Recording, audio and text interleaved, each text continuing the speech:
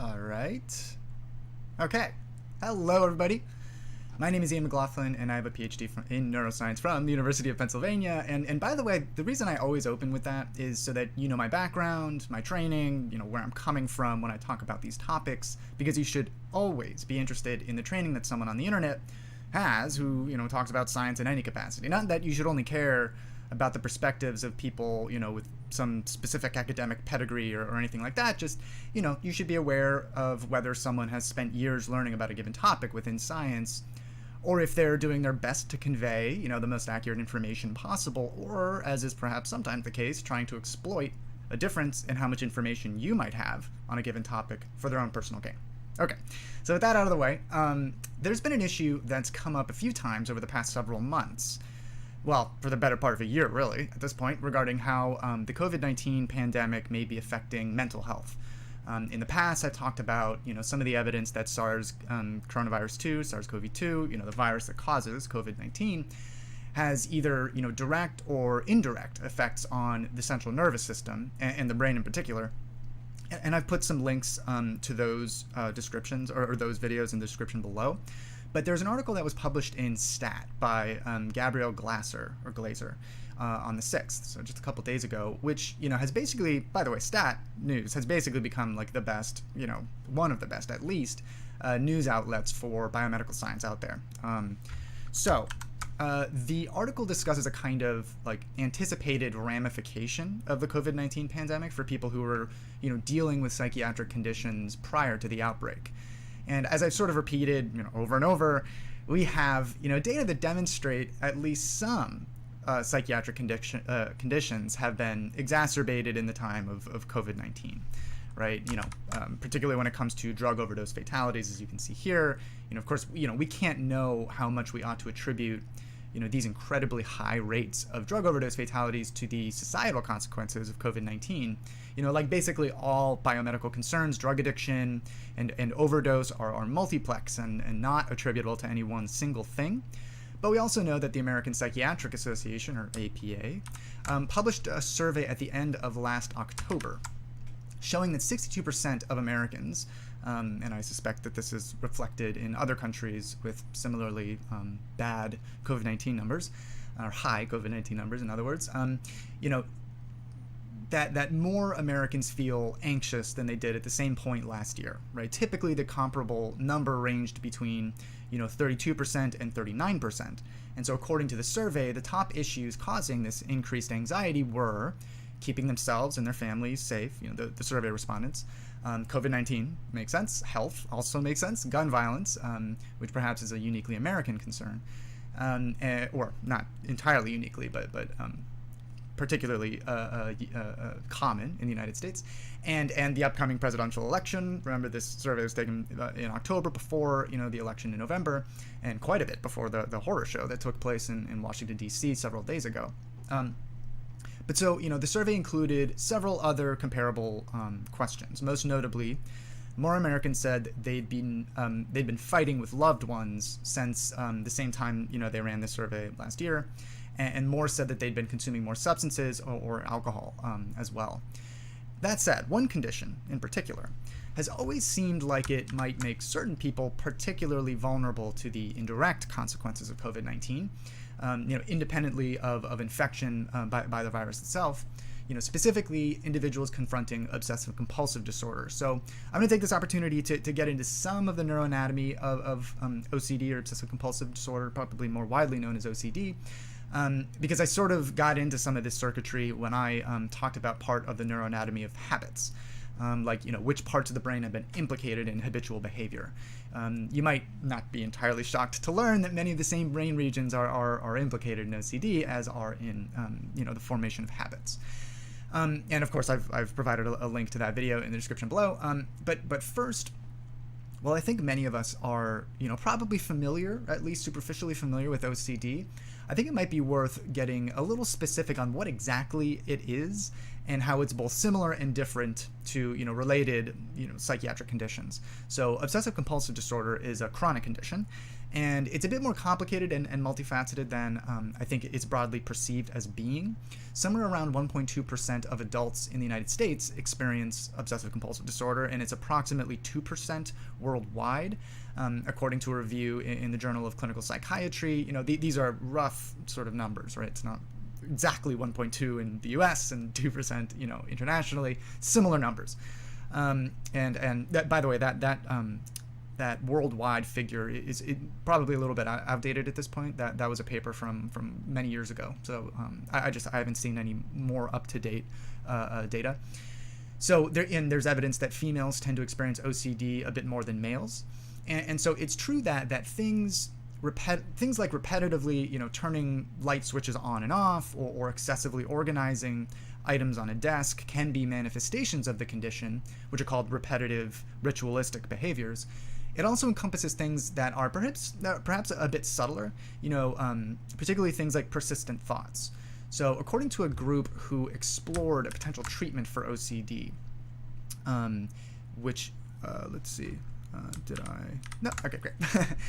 So according to this group, there are 5 main dimensions of the obsessions and compulsions that are associated with OCD, with this condition: safety, symmetry, including the counting and repetition of behaviors symmetrically, contamination, repugnant obsessions, violence, and religion, and then hoarding. So those are the broad 5 categories. So fundamentally, OCD is considered to be an anxiety-associated condition, and in some cases that actually does make some intuitive sense. Anecdotally, a few of my friends who were also in getting their PhDs in neuroscience, or actually biomedical sciences in general, a few of my friends who've been diagnosed with OCD have described that they engage in a few ritualistic behaviors because it helps them to cope with the expectation that something terrible may happen to someone who they love. And this was the particularly interesting component of this, though, at least for me, was that they were completely aware that their rituals had no rational connection to this anticipated dreadful event. They knew it was completely irrational, but they also knew that engaging in the rituals relieved them of at least some of that anxiety. So it's worth mentioning that obsessive compulsive disorder is distinct from something similar, but called obsessive compulsive personality disorder. So, there are obviously some similarities, similarities that are quite likely reflected neurophysiologically, but OCD is defined by, or is identified by ritualistic behaviors and persistent thoughts, right? OCPD, personality disorder, it's a personality disorder, obviously, that's more associated with, essentially like pathological focus on orderliness and perfection in essentially like all domains of life. So people with OCPD are the ones who can't move on from scrubbing, every inch of their kitchen or office or whatever, or they tend to make list after list after list of various things, and they approach interpersonal relationships with that same level of strict adherence to rules or routines that you or I might apply to like planning out our tasks for the day, but they're applying this to interpersonal relationships, and frankly, I think this does describe me a little bit, a very, very mild version of this, which I've demonstrated every time I got ready to write a long 20,000 plus word publication, or my dissertation, which was excruciatingly long. My wife would always be able to predict when something like a project like that was on my plate, because before I'd get started, I made the apartment spotless. Every surface was cleaned, vacuumed, orderly, and so on. I couldn't quite focus on the task at hand until all of that was taken care of. And I've spoken to other people who do kind of similar things, and like many examples of abnormal psychology, these things fall along a spectrum of severity, right? Where one can have subtle predispositions to one of these conditions, but until it surpasses a certain threshold, it just doesn't interfere with life, sufficiently to warrant any kind of clinical intervention, right? So it's not quite pathological. So there's quite a bit of complexity here, but it's those ritualistic behaviors, those like outwardly demonstrated compulsions, that I think can help us to kind of dig our toes into what might be going on here. Fundamentally, compulsions can be thought of as reward seeking. behaviors. In the case of OCD, the reward can be thought of as reduction of that, obsession-induced anxiety. So conceptually, this does share some features with addiction. A person who's experienced elevated levels of anxiety due to anything from past trauma, to perhaps an inherited predisposition to elevated anxiety. When somebody like that is exposed to a substance that very effectively and rapidly relieves them of that anxiety, in other words, it's anxiolytic, that can be particularly appealing, right? And so, and many substances reduce anxiety, at least temporarily. Alcohol, nicotine, benzodiazepines like Xanax, alprazolam, or Klonopin, clonazepam, or Valium, diazepam, and certainly opioids, like oxycodone and OxyContin, or hydrocodone and Vicodin, of course, heroin as well. They all reduce anxiety, in addition to being, extremely rewarding, at least for some people. So as a result, everything inside of someone who's experienced, pathologically elevated anxiety, who's exposed to one of these substances that very effectively reduces their anxiety, at least temporarily, everything inside them drives them to continue to pursue that substance. Literally hundreds of thousands of years of evolution is driving them towards that substance. So that's addiction, right? So how's that related to obsessive compulsive disorder? Whoop. Whoopsies. All right. Sorry, I just messed things up here.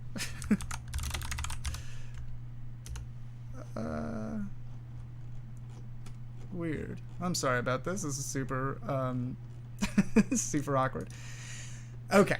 So I just described addiction, right? Where hundreds of thousands of years of evolution are just driving somebody towards this substance that is relieving that behavioral signal of anxiety. So that's addiction. So how is that related to obsessive compulsive disorder? As Young-Suk Park and their fellow authors describe in this paper right here, it can also be thought of as, addictive behavior, or actually, I'll quote them. So it can be thought of as addictive behavior associated with defective processing of natural rewards, end quote. So, to be clear, they're not suggesting that OCD is just a version of addiction, right? What they're doing is they're highlighting some of the similarities of the neurobiological systems that are likely involved in both, shared by both conditions. And when they bring up natural rewards, they're talking about like the primary reason we regularly engage in the things that we love, or really anything. You order a cheeseburger because it'll be delicious. You call your significant other because it's going to feel awesome to snuggle, right? You start the next episode of your favorite show because you're pretty sure it's going to be super interesting. And, or you check Twitter or Facebook just one more time before you go to bed because you're pretty sure it'll have something interesting for you, right? Those are all like natural rewards. Obviously, similar dynamic governs having that next cigarette or that next drink or that next, shot of heroin. But, while the payoff in the form of a reward isn't entirely certain with the next episode of The Mandalorian or whatever, it's entirely certain with the next cigarette or drink, right? And that's what distinguishes addiction. But when it comes to obsessive compulsive disorder, this same system, the system that, associates the expectation of, rewarding outcomes with specific behaviors, it, isn't coupling some external substance that elevates dopamine, alcohol, nicotine, opioids, blah, blah, blah, with a behavior. It's not like flipping a switch on and off causes dopamine to skyrocket, unless I suppose you're like my 2-year-old daughter who like can't get enough of turning lights on and off right now. But I think that's probably a phase. But anyways, these behaviors, they don't artificially crank up dopamine levels. So there's something else going on in the case of OCD that distinguishes it from addiction.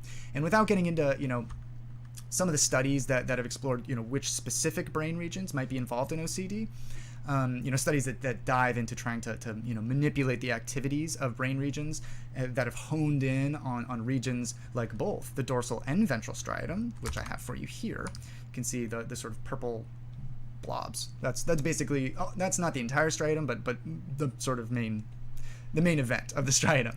But then in addition to the striatum, so you can see it there, the ventral tegmental area, which is farther towards the back of the brain or posterior, the amygdala, the subiculum of the hippocampus, the prefrontal cortex, the ventral pallidum, the insular cortex, the hypothalamus, the parabrachial nucleus. Are you sensing a theme here, right? This network involved in OCD appears to be extremely distributed, and integrates a broad constellation of brain regions. And I don't mean to suggest that like we don't have any clue as to how OCD arises.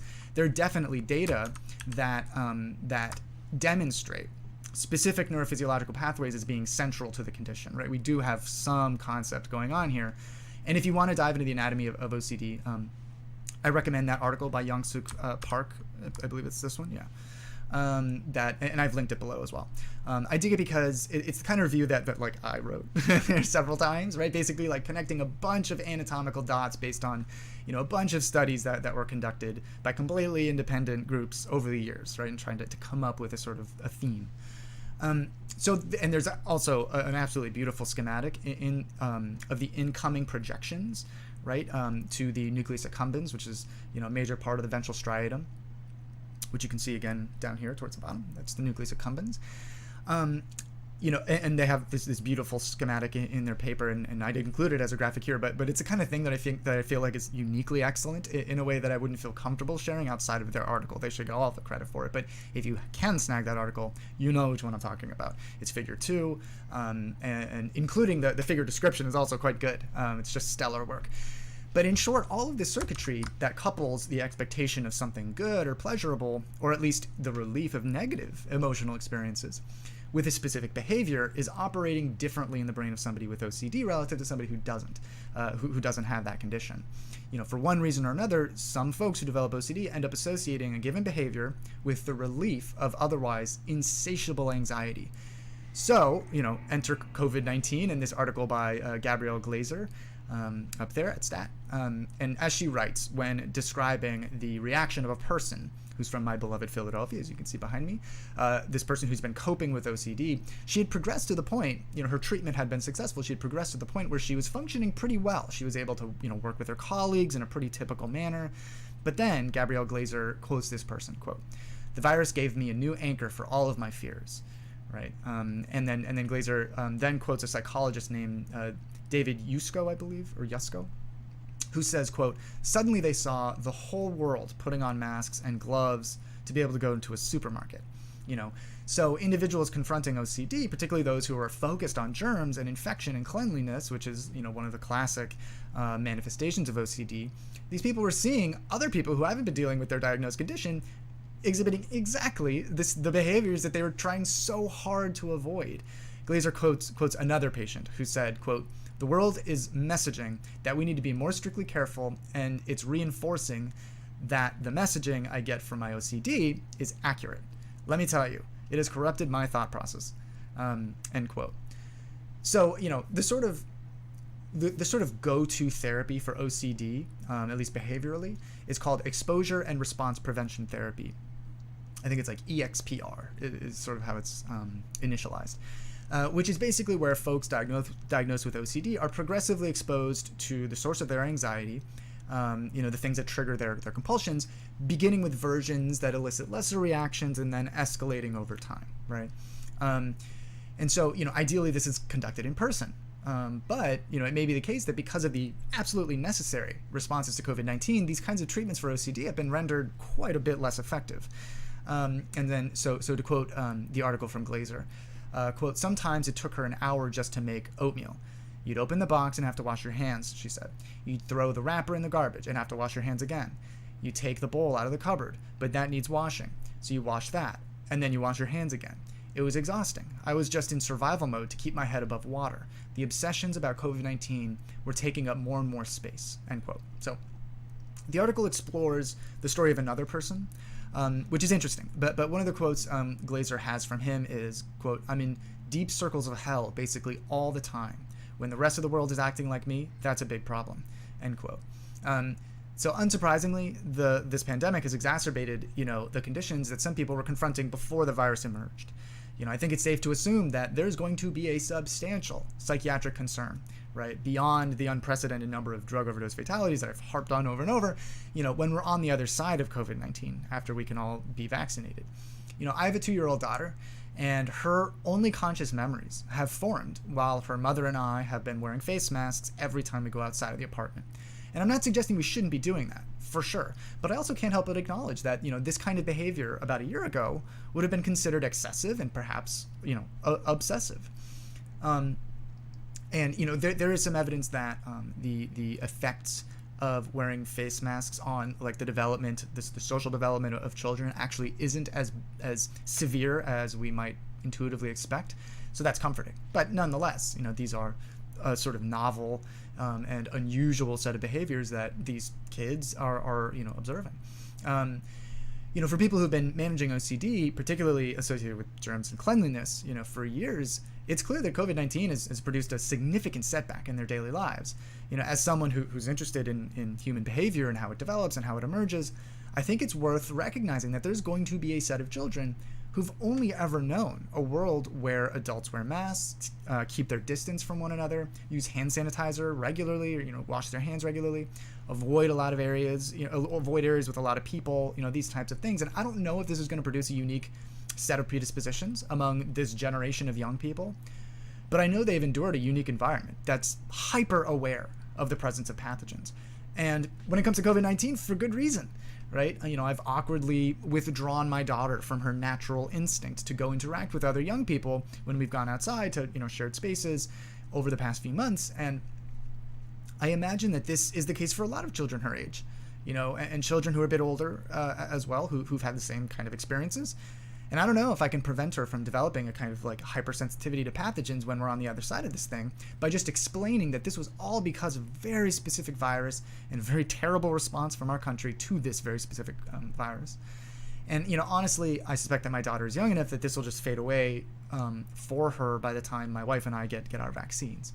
But for kids who are, 3 years old and older, I can't help but wonder if there might be ramifications beyond those of, potentially having like literally been exposed to the virus itself, of course, been infected, that arise from seeing all the responsible adults around them whom they trust, after whom they model their behavior, watching these adults adopting all of these mitigation practices. And, for those who may be biologically predisposed to OCD, right, it certainly has a genetic component to it.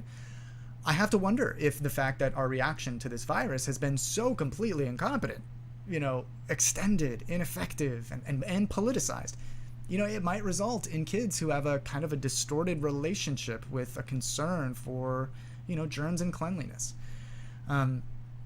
So that's what I have for you today. It's just something that's been on my mind, and this article sort of articulated a lot of the concerns that I had, at least. And I think it's just something that we're going to have to be aware of as we, continue making progress to get out of this pandemic.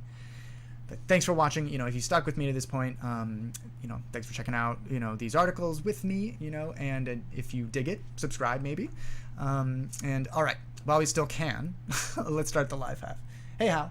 Anxiety, depression, isolation, quarantine, adversarial relationships, so many stressors. Yeah, exactly. And it's like this extended elevation of these stressors that's, I think, like a meaningful concern. Okay. Ooh. Hello, everybody. Let's see. My name is Ian McLaughlin, and I have a PhD in neuroscience from the University of Pennsylvania. The reason I always say that, by the way, is so that you know where I'm coming from. So my training, my background, how I'm approaching the various things that we talk about. That's why. And I think you should always be curious about those things. Anyways, so on YouTube, youtube.com/anthropoid, you can get to my channel through my profile on this platform. I just talked about an article that was published in Stat News, which is pretty much has become the best news outlet for biomedical science. Certainly one of the best. That was published regarding the effects of COVID-19 on OCD in particular. Hey, hello, Nora. Good to see you. Obsessive Compulsive Disorder, OCD. And, some evidence that, and really the acknowledgement that a lot of people who have been confronting this condition have had their, even ones that people who had made some significant progress have, deteriorated. Most, if not all of that progress has been lost, and their condition has been exacerbated. Because, of course, there's everybody that they see around them is now, particularly people who have OCD that manifests in the form of like an obsession with cleanliness and germs and these types of things. It's one of the sort of the main manifestations of OCD. They see everybody around them doing exactly the things that they were trying to stop doing. So you can check that out, youtube.com/anthropoid. I also get into some of the neurobiology of OCD. including, some talk about the striatum and the, ventral pallidum and the insular cortex, of course. So you can check that out if you are interested. All right, if you're a combat sports athlete, is CTE something to worry about, like on an extreme level? So Aaron Stone, yeah, I mean, the short answer is yes. Not all sports are created the same, right? Obviously contact sports are more likely to result in CTE. Just so everybody understands, what CTE is, chronic traumatic encephalopathy, which basically is what it sounds like. It is, recurrent insults to basically the head. They can be subconcussive. They don't have to induce concussions, although they can. And some, it's really just this chronic repetitive, hits to the head. And I should say, you don't have to be hit directly in the head.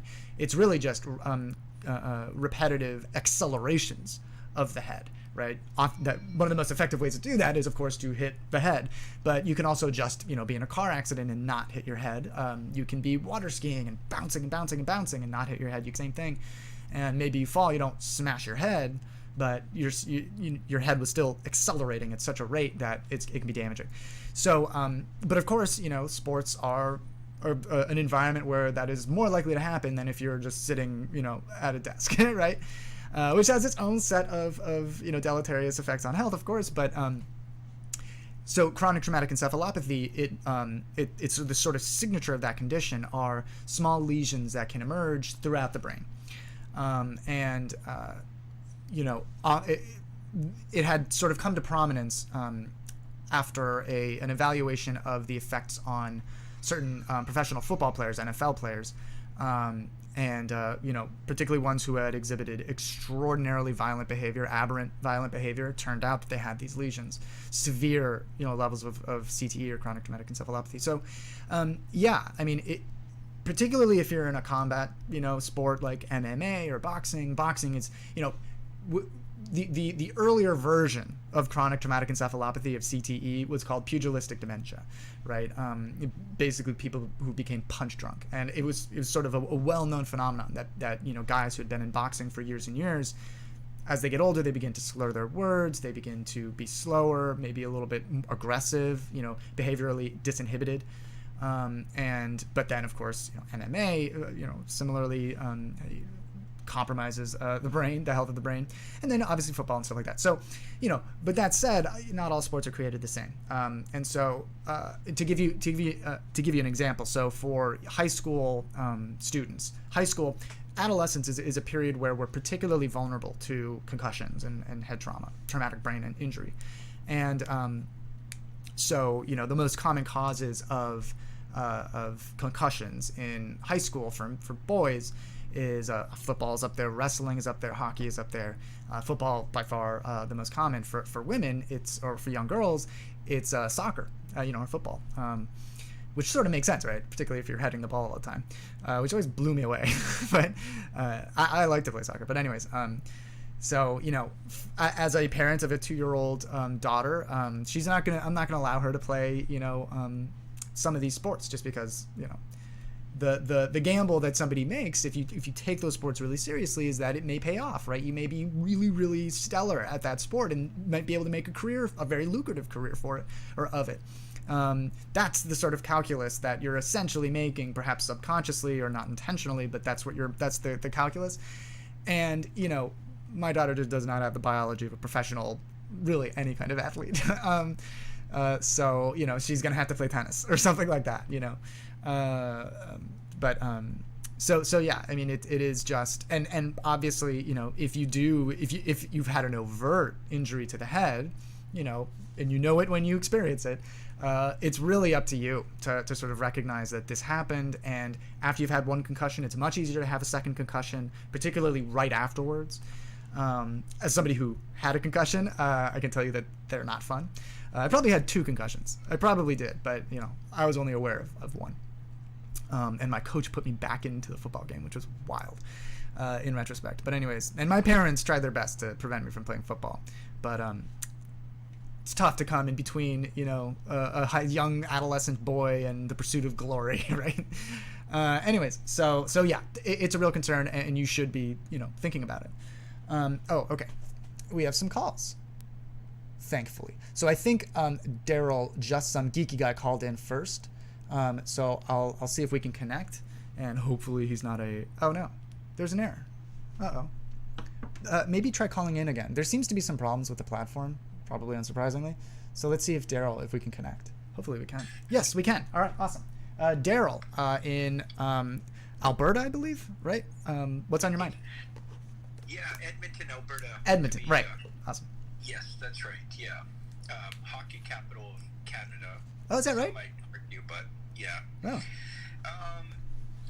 This question might be somewhat out of your scope because it may have more relevance to evolution or the mechanics of evolution. Okay. But it is certainly related to the brain. I mean, obviously, pain evolved as like a mechanism to ultimately protect our physical safety, right? Yeah. So I mean, like if you burn your hand in a fire, you'll retreat your whole body so as to not, burn the rest of your body, right? Yep. Mm-hmm. But my question is that like if we were to go back to like when during the cavemen, and say like you're a caveman, right? Like thousands of years ago, Not a stretch for me. And you have a tooth infection, right? And as you probably know, like a tooth infection could have like detrimental effects for your brain and your heart, and it can be lethal, right? Absolutely. Particularly back then. So yeah, and then you're just like suffering like this enormous pain, and the thing about it, this is really where I question the mechanism of pain, is that you're suffering this enormous pain, and yet you cannot actively do something to remedy the situation. So is this like an evolutionary glitch in our brain that there's moments when we feel an excessive amount of pain, but there's no action that we can take? Well, so one way to think about evolution, and like, basically anybody who is studying neuroscience or really studying any aspect of human biology, you're really studying the story of human evolution, right? That's ultimately what you're studying. And so pain, these systems that all of the systems in the brain didn't evolve to accomplish a certain purpose, right? That's not how natural selection works.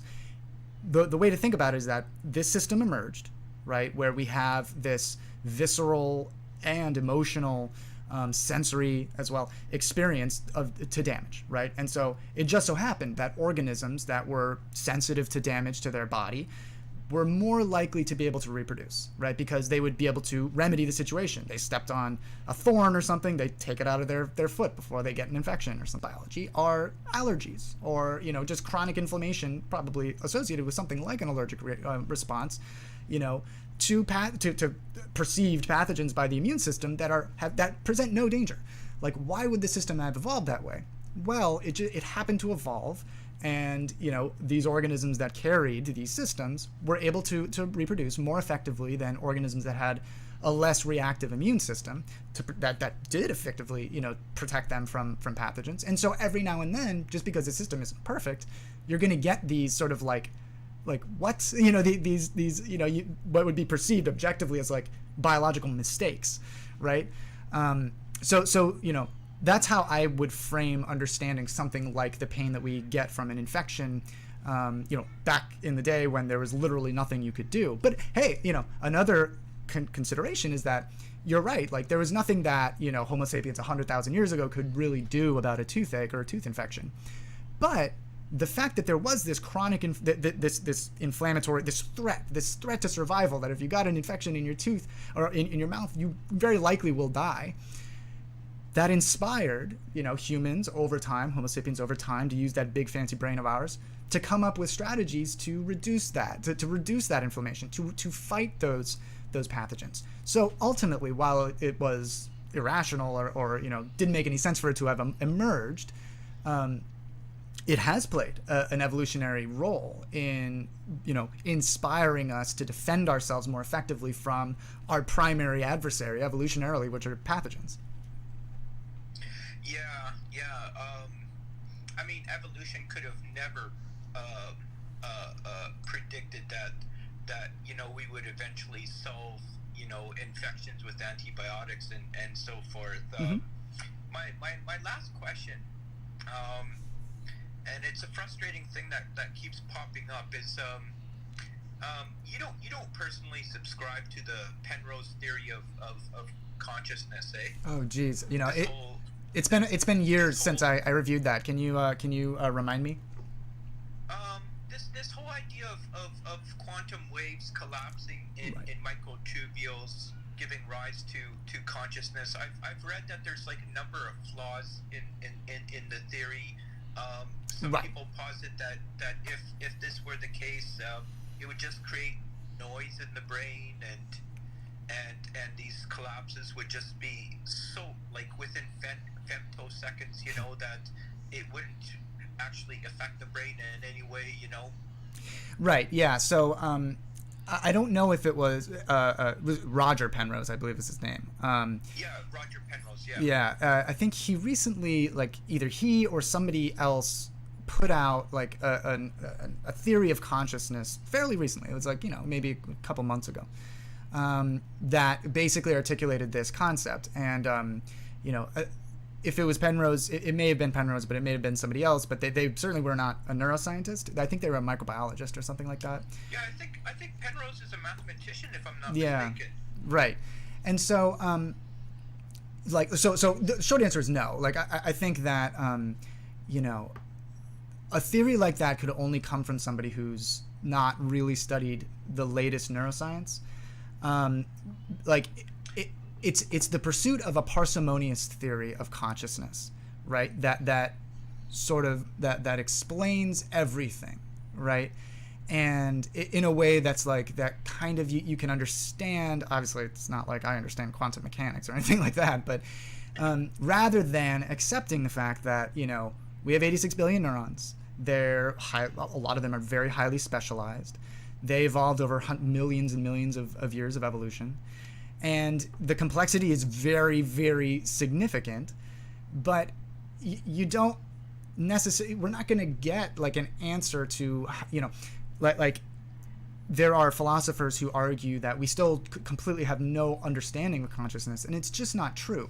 They're just pursuing an explanation that satisfies some almost aesthetic preference for how we explain consciousness rather than the answer that I think most neuroscientists, even if they haven't like thought about it, with conscious attention, embrace, which is, out of all of this neurocircuitry, it's 86 billion neurons, trillions, quadrillions of synaptic connections. Out of all of that emerges consciousness. That is what this organization of neurons and glia, that's what they produce. Right. And, we have spectrums of consciousness and there are just so many like reasons to embrace that. Actually, it's just these neurons that are doing it. Right. It's just the signaling between these neurons and glia and, blah, blah, blah, all the various components of the brain. And it's not like, there's some other more, metaphysical component that explains it. It's just like what it looks like it is, and so no, I mean, I obviously I am no expert in quantum mechanics or anything, so but I have talked to, I think I talked to like 2 or 3 people about when that paper came out, and we all had the same reaction. It was just like, for some reason attracted to the whole consciousness problem, and I've had that same thought to myself, like they should have some knowledge of neurology before they start positing their theories into it. I mean, if someone had a degree in physics and a degree in neurology, they that might even be that might be even better, but yeah, I mean, no, and I don't mean to imply that like people, you have to be a neuroscientist to really contribute to our understanding of consciousness. Like people from outside disciplines can look at a different discipline and see it with fresh eyes, with completely different training that happens to be applicable or useful. So I don't mean to say that like, hey, step off, right? Like you're not even a neuroscientist. Like rather that I think it really, really helps to be aware of the progress that has been made within neuroscience if you're going to talk about, consciousness. Otherwise, you're having a different conversation. You're it's almost a spiritual conversation at that point, which is fine, but just at least for me, it's inadequate. It's an inadequate explanation of consciousness, particularly given the fact that we already have some pretty good explanations for why consciousness exists, how it's created, how it's generated. We haven't mapped out every single neuron along the pathway. We will eventually. I mean, I definitely believe that consciousness is an evolutionary mechanism that aids in our survival. Mm-hmm. I think that was the foundation of it, is that it ultimately helped the species survive, because anything that is conscious doesn't want to die. Sure. That's a huge evolutionary benefit. I mean, yeah. But thanks, Ian. Interesting topics, man. Yeah, you too. Take care of yourself. Take it easy. Talk to you soon. Okay. Daryl always bringing the cool topics. Oh, okay. I think, yes, awesome. Just Some Geeky Guy is calling back in. Just Some Geeky Guy. Oh, cool. It looks like we're connected. What's your name and where are you calling from? Hello, Ian. Hi. Hello. My name is Jassem. Jassem. Jassem. Jassem. And where are you calling from? Okay. I'm calling from Los Angeles, near Venice Beach. Very nice. Okay, what's on your mind? What's on my mind? It's because about me, I have a brain abnormality that I think kind of fascinated me, and I wanted to talk to you about it because you're experienced in that field, obviously. And so about me, when I'm 19 now. Okay, I'm 19 years old, but when I was younger, I was a juvenile delinquent. I got arrested a couple times, and I received a court order that I should go to a psychiatric hospital to have my mental health evaluated. And the psychiatrist there, I was diagnosed with 2 personality disorders, and one was borderline personality disorder, and the second one, you've heard of this, I think it's antisocial personality disorder. Yep. And they said they wanted to do like a PET scan of my brain, and if I remember correctly, their exact words, they said that my frontal lobe was not, it was a little bit damaged and was not functioning properly. Like, well, what does that mean exactly?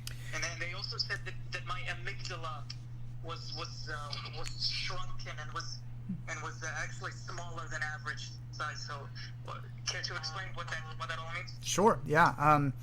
So very interesting. So borderline personality disorder is an interesting sort of a difficult to understand condition, right? It's not like Alzheimer's disease or Parkinson's disease, where there's like a specific thing in the brain that we know is at least very important to the condition. It's sort of broad, and it's characterized by like unstable relationships, an inaccurate sense of of self, and an amplified emotional reactivity.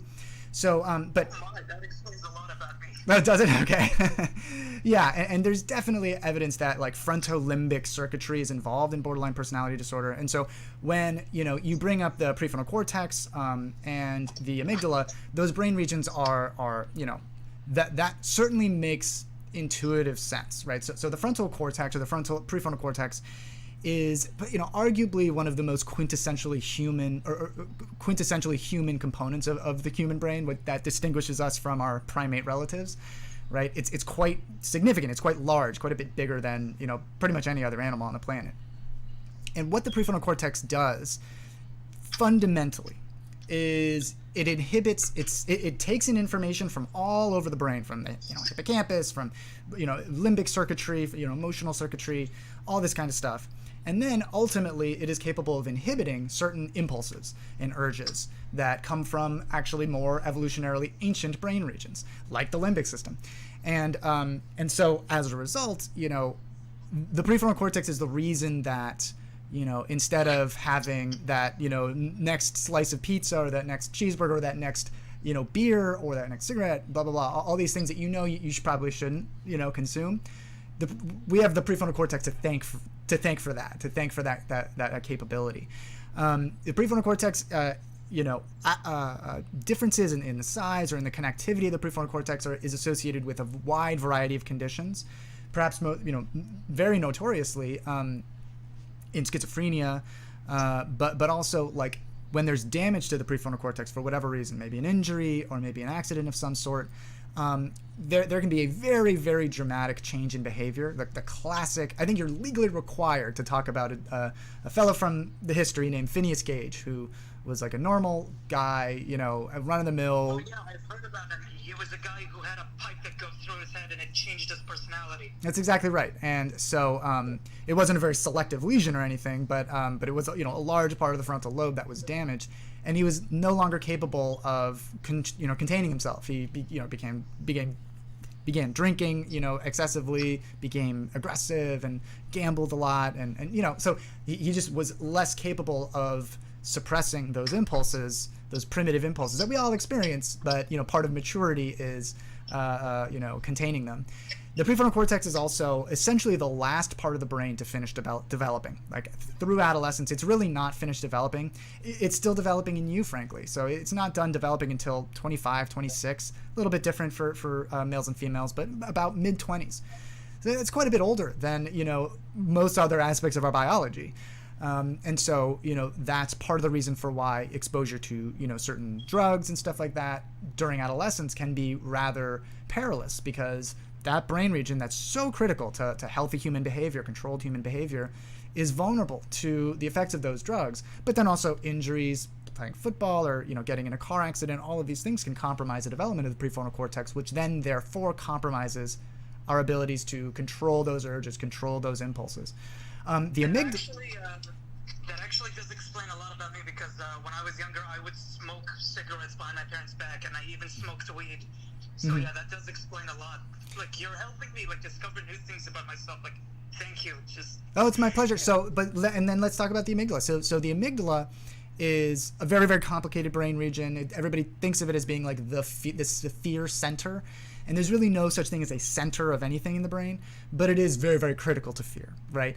And the perception of threats, right? The perception of risk as well. Like something bad may happen in this room if I say this thing. If I do this thing, this negative consequence may emerge, and so therefore the amygdala is part of that anticipation of negative outcomes. And so therefore, people who there are cases of people who've had like calcified amygdalae, so their amygdala has basically turned into like a seashell, where it's just hardened and it's no longer functional, and people survive. I mean, they're otherwise fine, but there's a case that sticks out in my memory of a pretty elderly woman who just was always she was very nice, she wasn't aggressive or anything like that, but she just was incapable of determining if there was a threat, and so she had been the victim of some crime, of some being mugged and stuff like that, and her the young people in her life were like, oh, this makes sense, like she always did these kinds of like weirdly, she would like talk to people who were like clearly dangerous to talk to, or these types of things. And so an anomaly. Go ahead.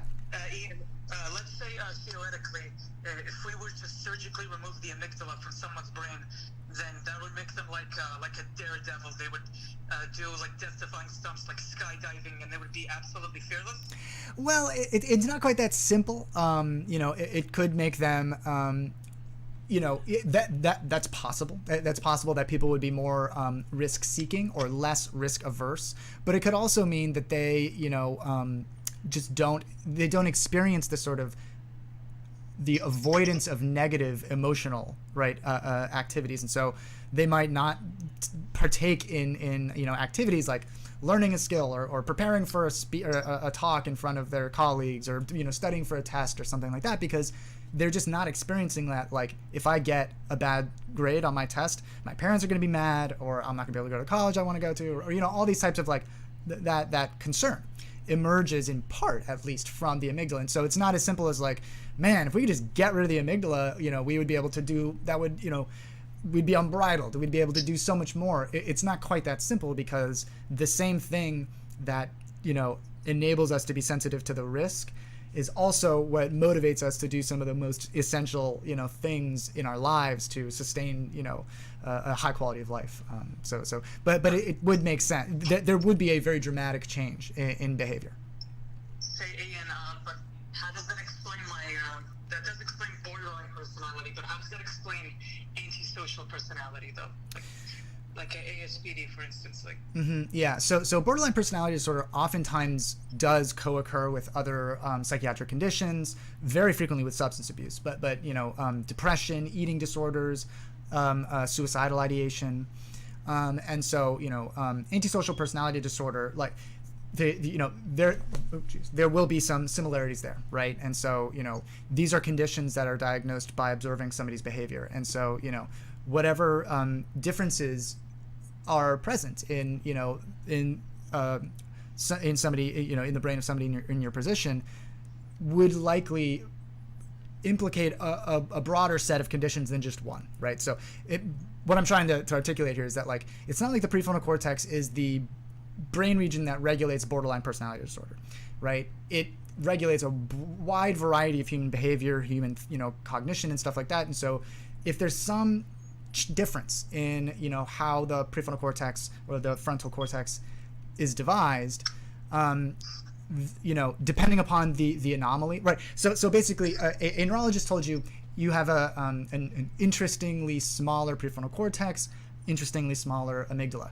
That is a very, like, gross, or what I mean, broad kind of description. We don't know what other differences, more molecular, more cellular differences may be present that then would predispose somebody to being maybe schizotypal or schizophrenic versus borderline personality disorder. These subtle differences will determine that. But the point is, they're related. The same things that are predisposing you to borderline personality disorder or that diagnosis are also predisposing you to antisocial personality disorder or other psychiatric conditions in general down the line. I see. And I looked up antisocial personality disorder right here on my laptop, and it says here that the symptoms include lack of empathy, lack of remorse or guilt, and are related to my brain injury too. Because this is, like, really interesting. Yeah. Sorry, there's, like, motorcycles in the background here. Yes. So absolutely. We can talk about empathy, right? So essentially, a lack of remorse, a lack of guilt, that, just like everything else, just like every other aspect of our personalities and our behavior, emerges from the activities of specific circuits within the brain. And we have a good idea of some of what those are. And we know that, for example, some people who develop a stroke, which is basically like what happens when when the neurons in a part of the brain begin to die, right, because they're not getting enough oxygen. There are examples of patients who had normal empathy scores. Empathy can be measured, right? But then after their stroke, in certain parts of the brain, their empathy scores plummeted, right? And so, just like everything else, every other part of the brain or every other component of human behavior and consciousness, empathy, remorse, all these types of things emerge from the activities of specific brain regions. And so, yeah, a brain injury when you're younger, when you're developing, can certainly affect that. But then also just the sort of diversity in neuroanatomy, right? No two brains are identical, right? And so you will have some folks who have greater connectivity between the brain regions that encode empathy than other people, and that's in part why some people are significantly more empathetic than other people. Some people experience very, very little empathy whatsoever, right? Sociopath, psychopath, and so yeah, absolutely, a brain injury can be associated with that. So I'm a sociopath. No, not necessarily, and certainly I am not a physician, right? I'm not a clinician. What I'm saying is that a lack of empathy is sort of a signature of those conditions, and in part that's because the activities in these specific circuits within the brain are just different, and they're not functioning like somebody who would score higher on empathy. Oh wow! And other symptoms, they also include impulsiveness. Yeah. Persistent lying and callousness. Are those also associated with the? Absolutely. Yeah. Oh my god. So So because of my brain injury, because of my brain injury, I'm more likely to break the law, which I have.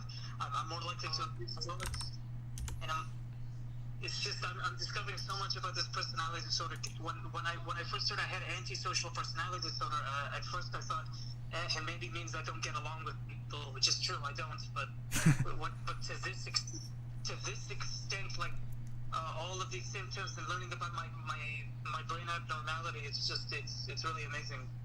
Yeah. Is it true most serial killers have this? Because it says right here that there are a lot of serial killers have this personality disorder too. You know, I've heard about, you know, these types of kind of broad anatomical descriptions of people who exhibit really violent behavior.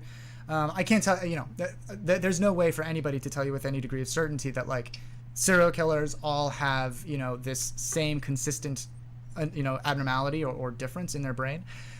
However, there are absolutely examples of people who've committed, you know, acts of atrocious violence who have then been found to also have anatomical, you know, differences in their brain. The classic example I always go to is Charles Whitman, who is a guy who climbed to the top of the clock tower in Austin, Texas, at the University of Texas in Austin, and shot, I think, 14 people and you know, injured quite a few more. And you know, to make a long story short, once he was taken out by the cops, they discovered that he had also murdered members of his family the night before, and he had left a note, basically saying, "I'm experiencing these severely, you know, aggressive urges, and I don't understand them, and I'm coming to the point where I can't control them, and so I hope that once something terrible happens, somebody will study my brain." His brain was studied, and it turned out that he had a rather large tumor near the, well, I've heard people say the amygdala, I've heard people say the prefrontal cortex. Regardless, there was this very overt change in his neuroanatomy that may or may not, you know, we can't say for certain, that may have, at least in part, been associated with his predisposition or his drive to go do something that, to, you know, the vast majority of people appears to be absolutely atrocious and you know, repulsive. So, you know, there are other examples of, you know, aberrant human behavior emerging that are correlated with very overt changes in, you know, neuroanatomy. But, you know, the point is that, you know, if the question is there something unique about the brains of people who you know, commit, who, you know, are serial killers or are unusually, you know, outrageously violent, the answer to that is going to be absolutely yes. However, the question as to whether or not it's very specific brain regions that's always, you know, that are always unique or different in the brain of some of those folks, if there's one specific consistent difference, that I can't tell you for sure. And frankly, I would be surprised if, you know, regions like the prefrontal cortex, the amygdala, the insular cortex wouldn't be involved regularly. But I would be surprised if it's always involved. In other words, if, like, it is necessary to have differences in these brain regions to be able to engage in these acts of these atrocities.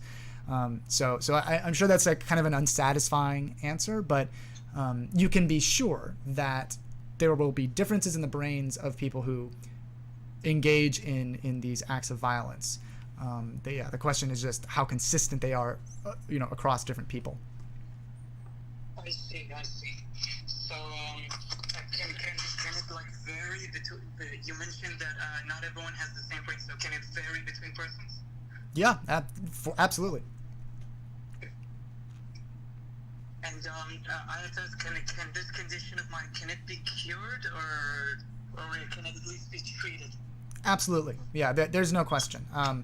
You know, obviously, we don't have optimal, ideal, super effective, you know, cures for essentially most psychiatric conditions. Psychiatry is one of the most difficult, you know, domains of biomedical science out there, and, you know, we don't completely understand the neurobiology of all of these conditions, and so therefore we can't tailor perfect treatments for them, pharmacological treatments. But that said, their effective treatment is absolutely available, particularly, you know, when coupling pharmacological interventions with, you know, psychotherapeutic interventions. So yes, absolutely. Rest assured, there are absolutely clinicians who have the knowledge and the experience to be able to help you live, have a rather high quality of life, right? And so, it is, I am glad to live in a time where we have the tools to be able to identify, oh, hey, this is different in your brain. And so, that doesn't mean that it's your fate for something terrible, the negative outcomes or anything like that. But rather now we have an idea of where to start. Where do we begin treatment so that, you can live a high quality of life? I see. And you mentioned that people with my brain condition, they tend to feel less fear. And that kind of makes sense because I remember one thing about myself is that even in high pressure, scary situations, I always remained calm. Like one time, there was a school fire that happened in my middle school. Like a lot of people got injured, but even though everyone around my class was panicking, I was the only one who remained calm. And looking back at it now it kind of makes sense. Like even if I'm inside a house that's about to blow up, I think I'd still be able to remain calm. Yeah, I mean, certainly that would make intuitive sense based on what we understand about these brain regions. I can't tell you with tremendous certainty, but it certainly makes sense. And if you think about it evolutionarily, right, it would be advantageous for a tribe of Homo sapiens, right, to have all these little differences, these little neuroanatomical differences, so that there'll always be one Homo sapien when the pack of or pride of lions comes and attacks one guy who's usually, maybe he's not the nicest guy, he doesn't always get along with all the other people, but he's cool as a cucumber, right, as that happens, and can react very effectively, right? And so, that's just, one example of why we have these unique components to who we are. And it's not necessarily a negative, bad thing. It's just a byproduct of how we evolved and the effects of natural selection. So yeah, but that would make sense. Yeah. See, and people, I've read actually here that people with my brain condition, they tend to be in high class jobs like CEOs, lawyers, politicians. What says, hey, seculars, do you care when you hurt other people? Not really, no. Just, look, I've thought of every bad thing I've ever done, and I'm looking at these symptoms, and I'm looking at myself, and I'm thinking, have I really ever felt bad for anything I've done? And the answer is really no. Not really. And, I'm really not surprised as to why. And, interesting. I mean, yeah. Well, so what you bring up, yeah, there are absolutely there are data that suggest that people that are recognized as psychopathic, by psychologists, do tend to accumulate at the CEO position or in politics, and there's a book that came out written by, I think, John Ronson, called The Psychopath Test, and he's a good writer, and he's not a scientist, but he approaches the topic very, very informatively. And so that's been recognized for a while. But listen, Jocelyn, thanks so much for calling in. Thanks for sharing your experiences, man. It's really interesting. Yeah, and I'm gonna go now. I had a great time talking with you, and thanks so much to learn more about myself. Thanks to experts such as yourself, and you neuroscientists, you're doing a lot of wonders for us, discovering new things about our brains and what makes us us. Yeah, thanks, man. I appreciate it, and I hope to talk to you again. Yeah, you're very welcome. Very interesting. I've several people have called in now over the years who, I recall one person had just been he had just talked to a therapist who said that, you are likely, you would qualify as a psychopath. And he was like, what does that even mean? And he had many of the same concerns. He was like, am I at risk of, being violent and killing people? And, he was rather upset. And, but he was otherwise very normal. It wasn't like his life was so dramatically different. He actually lives in Philly. But anyways, yeah, it's just so interesting. I mean, it's conversations like those that make, I think, this the most interesting field in science. Thanks for calling again, man. Okay.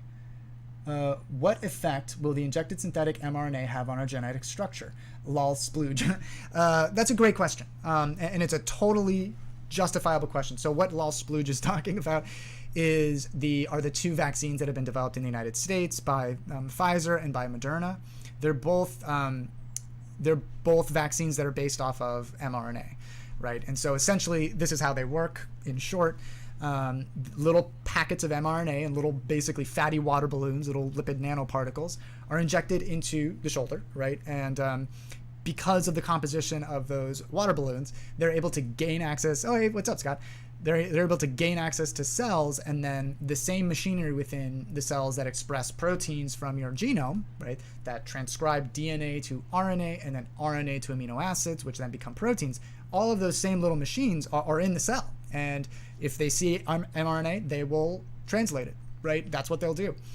But this is distinct from, and then what happens is that so that mRNA is turned into a sequence of amino acids that then folds into a protein, and they chose a very specific sequence of mRNA, not just like a random sequence. It's a sequence of the spike protein of the coronavirus, right? Of SARS-CoV-2, the little component, the little protein component that is the prime mechanism by which it is able to interact with cells and then ultimately infect them.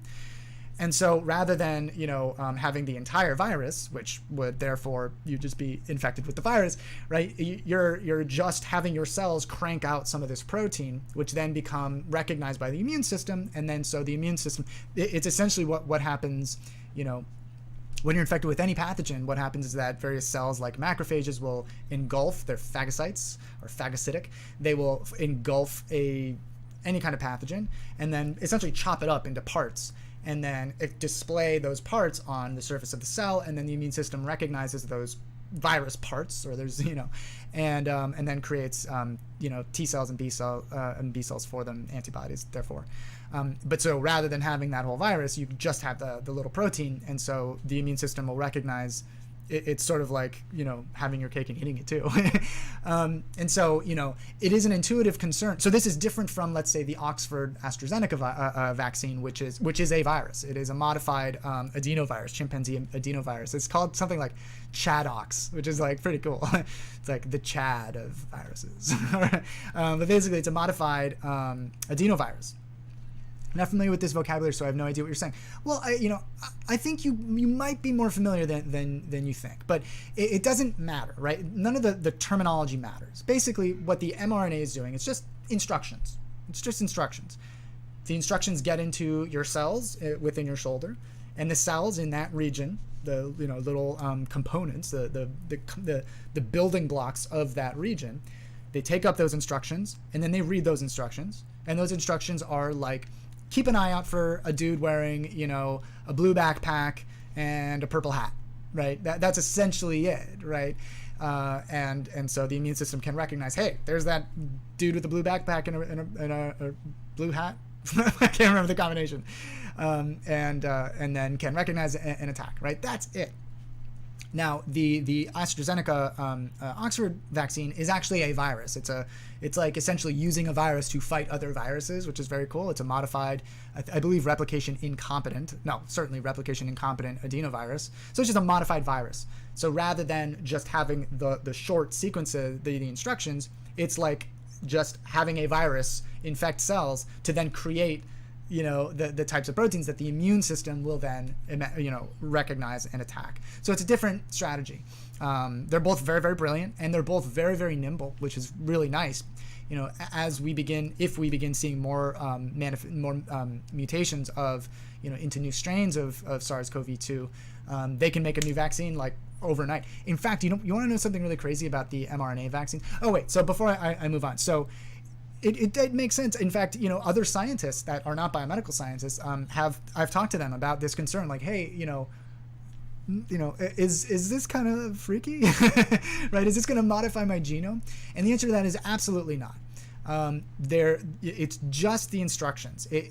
And it can't replicate.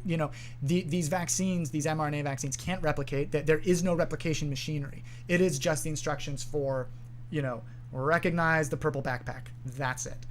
The adenovirus, however, is a virus, but it is not it's not a certain kind of virus that can be integrated into the genome, like, for example, HIV. So both are totally safe. So here's something crazy about the mRNA vaccines. No, you shut up your ass. Man, work on your insults, dude. And let's be honest, you're probably a dude.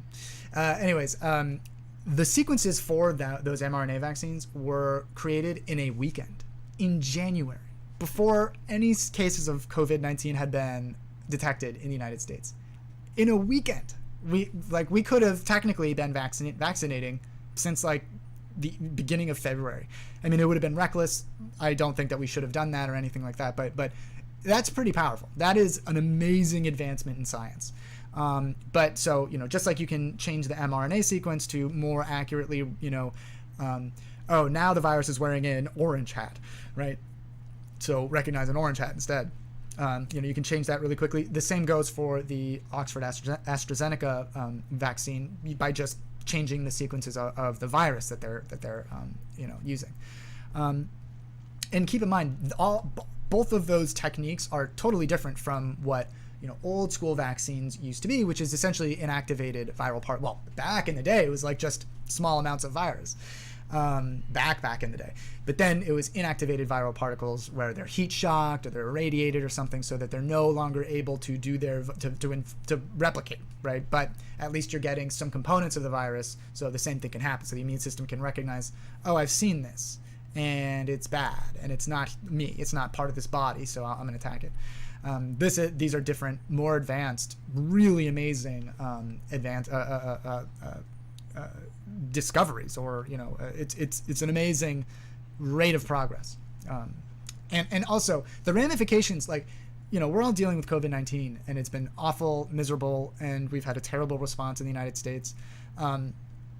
But if these vaccines are as effective as we think they're going to be, which is extraordinarily effective, that fundamentally changes humanity's relationship with viruses, right? Fundamentally, because that means when a virus emerges that's very, very threatening, we can create a vaccine in a weekend, crank up production, have ready in like a couple weeks, boom, right? We're not going to lose tens of thousands of people, hundreds of thousands of millions of people to this new virus. It's not SARS-CoV-2, it's the next one, right? So that's amazing. It's like evolutionary consequences. Okay, I will stop rambling on. Where can we see when Periscope is gone? Yeah, so I put stuff up on YouTube, a little bit different, but I still do the live stream. Speaking of that, and you can check that out, youtube.com/anthropoid on YouTube, and you can find it on my profile. But then also, I'm going to be talking to some of the folks at a platform called Haps, which is essentially like a platform that's very similar to this, but has more tools, basically. And so, yeah, so will you still do live over Twitter? Yeah, that's what's cool about this platform, is that you can do that. So, and I believe I have the link to my Haps profile on my profile, as my Periscope profile as well. So you can check that out if you'd like. So empathy is not learned. So Melinda, that is a great, yes, am I live now? I am live. Melinda, I mean, that's a great point. But like all human behavior, it is the byproduct of both nature and nurture, right? And so it's not just it's not just genetics. It's not just neuroanatomy. Well, it is neuroanatomy fundamentally, but it is also the byproduct of, yes, how you're raised by your parents, by the society into which you were born, right? How you were socialized.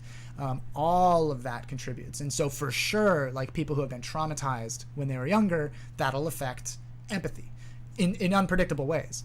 And in ways that will vary according to the genetics that they inherited, right? Some people, for example, there's solid evidence that there's this giant study that was done, I believe, in New Zealand killing it lately, but this was years ago, where basically they found a specific gene that was predictive of depression, and it was a variant of a serotonin receptor, essentially, not really a serotonin protein, let's say. And of course, the prediction was, maybe we've found what depression is. It is a unique SNP, a single nucleotide polymorphism in this gene that has to do with serotonin. Of course, that makes sense. The most effective drugs that we have for depression are serotonergic. But it turned out that just having that variant of the gene alone did not distinguish whether or not people had, did not predict for whether or not people had depression, right? So just having the SNP, just having that gene wasn't enough. But when they also controlled for whether or not people reported having a traumatic experience or multiple traumatic experiences in their past, that having that variant of the gene and having childhood trauma, that predicted for depression. And that's just one example. There's going to be multiple examples, right? Brain's a complicated neighborhood, right? There's a lot going on. Depression, human mood, human emotion, human cognition, these are complicated and arise from a variety of brain regions, not just one neurotransmitter. But that phenomenon, that gene-environment interaction will be true for empathy, it'll be true for depression, and so on. But yes, I mean, you're absolutely right. The environment plays a significant role in empathy. All right, it looks like, wow, we connected really fast. Are we connected? Oh, there we go. So I think Omar Turk, is your name Omar? And if so, where are you calling from? Hello? Hi, is your name Omar, and where are you calling from? Yeah, okay, my name is Omar. I am from Morocco. My mother is Turkish. Oh, gotcha, cool. First thing, I send you my greetings. That's a great show. And I'm so thankful for your information. So, the question you said, 1 second, you said, I am a brain scientist, ask me anything. Yep. Okay, what do you think about religion? About religion? Yeah. Well, I mean, so of course I have my own, beliefs, and I was raised in a certain country, right, or in a certain, part of the country, and so on. But frankly, so of course I think about religion, of course. But frankly, like, my expertise is in neuroscience. My expertise is in human consciousness. My expertise is not in spirituality, in I'm certainly not a theologist, or, and so, while I understand why people would be interested in what my personal beliefs are, I used to share them. I don't think I don't think it's appropriate for me to do it, and I don't think it's useful to people to hear my personal beliefs. So yeah, that's how I feel about it. The next question is, do you think that this world, the universe, have a creator or not? A creator? Yeah. Well, that's what I'm talking about. I mean, there are different, traditions that approach that question in different ways. So, I have no idea. Like, yeah. No, you didn't understand the question. I said, do you think there is a creator or not? Well, right. So basically, you're do I believe that a God created the universe, right? Yeah. Right. So same answer. I know it's frustrating, but same answer. I didn't understand actually your answer, but okay. Do you think there is a relationship between religion and science?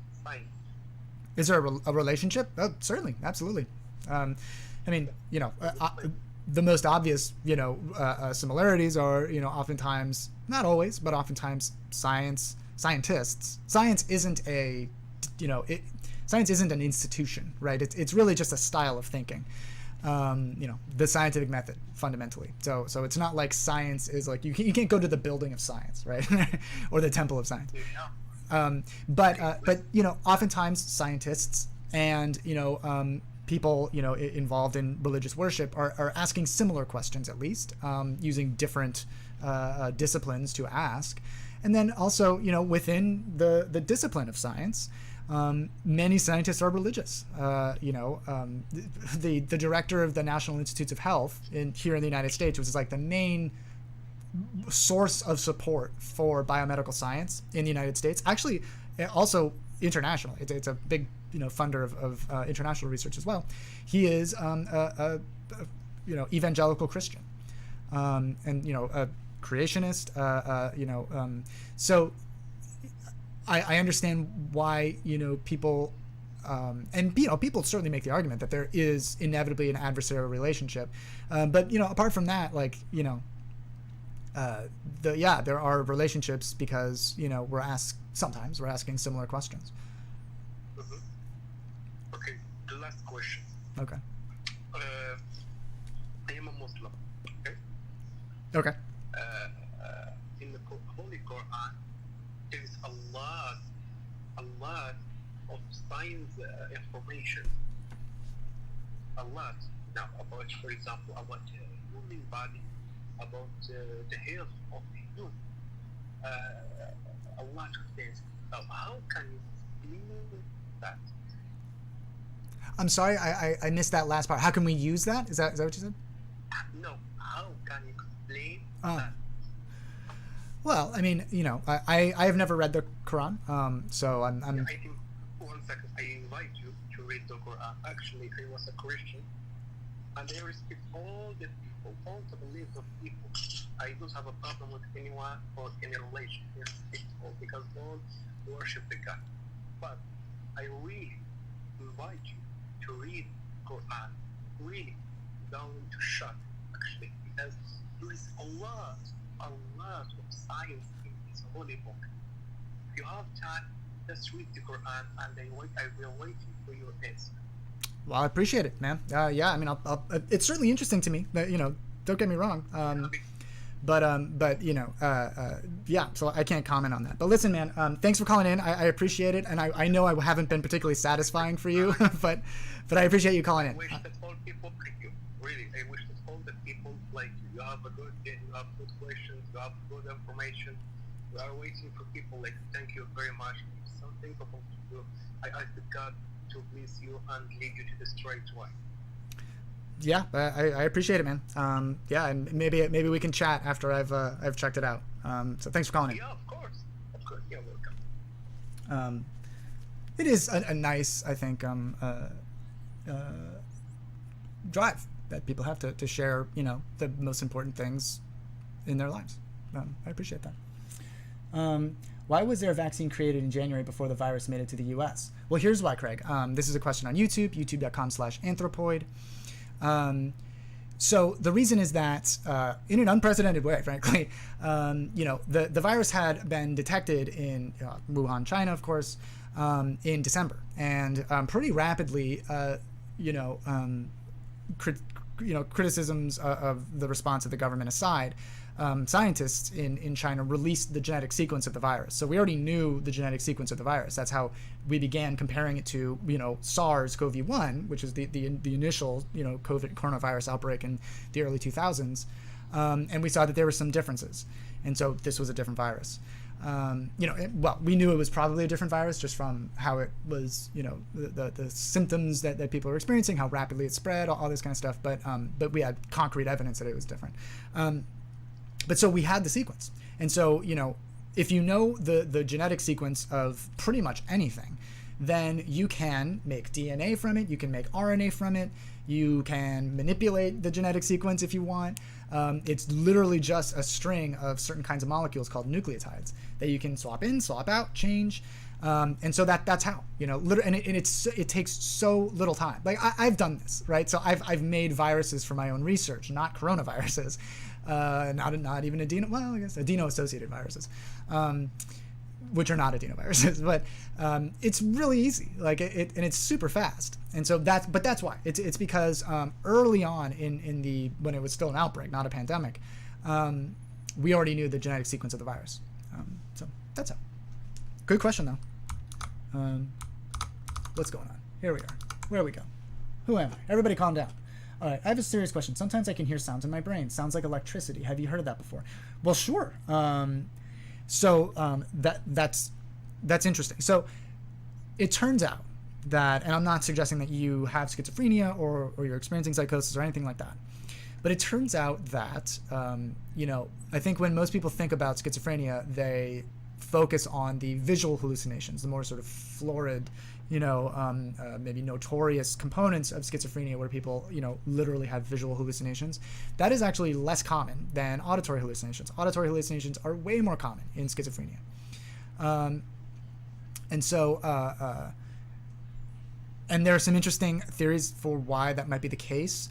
It might be the case that visually we evolved. First of all, our visual cortex is way more complicated and bigger. It has more processing going on in it than the auditory cortex, the part of the brain that deciphers sound. So it might just be more fail-safes, more sort of mutual regulatory relationships within the visual cortex. It might just be that simple. But then also, some would argue that we just evolved to be more sort of, accustomed to kind of fragmented visual experiences where there's just so many more dimensions to a visual experience than there are to auditory. And so, that might be part of it. But in any case, so auditory hallucinations just in general are more common. Okay. I am a musician. Is there anything to do with that? I mean, potentially. I can't tell you for sure. I can't tell you for sure, but here's, what you've reminded me of, that by bringing up that you're a musician and you experience these interesting, what essentially you're describing as auditory hallucinations. Growing up, one of my best friends was also one of the smartest people I've ever met. His father, this kid was a genius. Like, he is a genius. Speaks something like 27 languages now. It's crazy. But anyways, his father was a conductor, or a composer, I should say. And that's very cool job, and I'm sure it's very, very difficult, but he also happened to have synesthesia, specifically, auditory visual synesthesia, where certain sounds would elicit the experience of a color, right? So you hear a certain tone, you experience a certain color. And, to me, that always sounded like a superpower. Of course, it like an X-Man thing. And so he... nobody speaks that many languages. He speaks dead languages also. Like he I think majored in linguistics. And so he would speak like these old Gaelic weird languages. He learned all these languages long after we parted ways, when we both went to different colleges. But in any case, so that always struck me, synesthesia, experiencing these color experiences.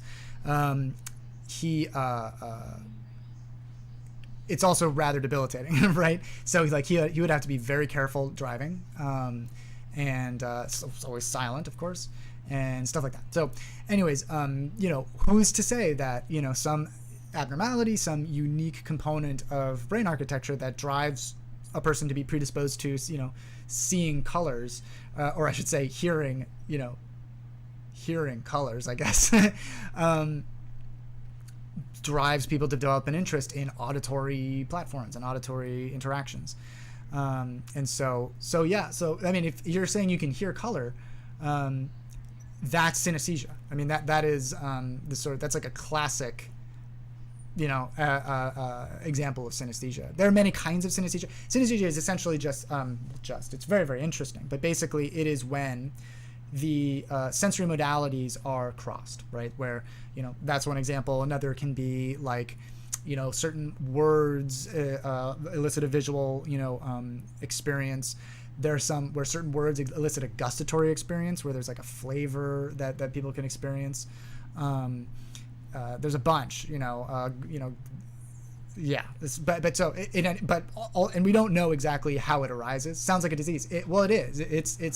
It's a chronic condition, and it can be more or less debilitating. And there are a bunch of different theories as to why, how that arises. There is a genetic component to it, but it's not exclusively genetic. But in any case, ultimately that's what it is. So it could very well just be that. And,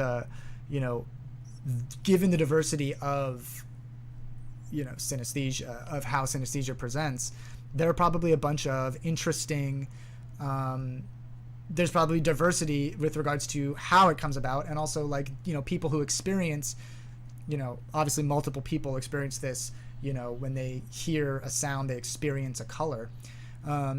There can be different manifestations of that, and it can also be associated with, internally generated auditory experiences, right? There's just something different about the auditory system in the brain of somebody who can, hear colors.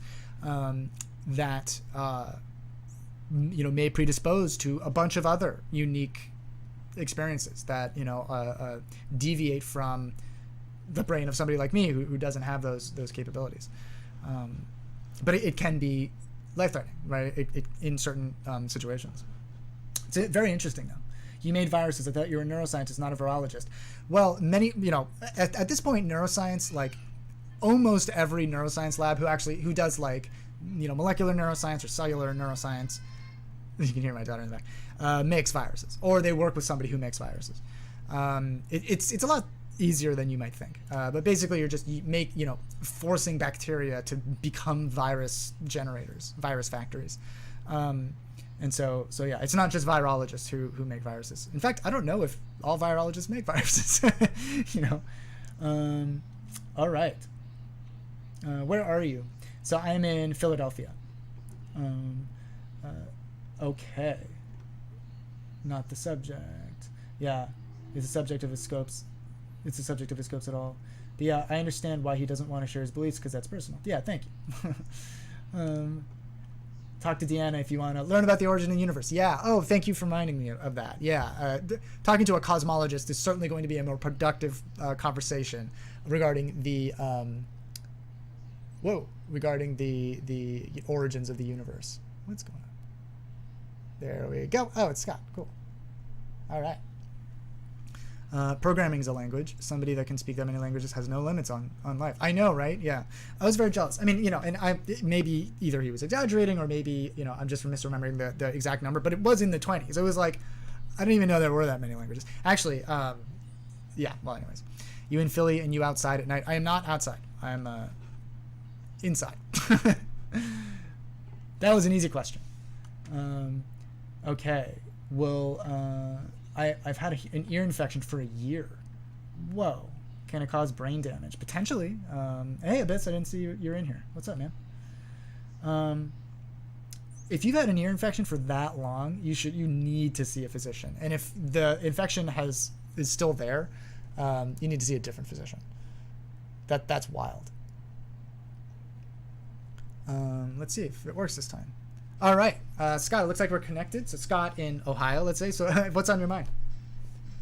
Hi.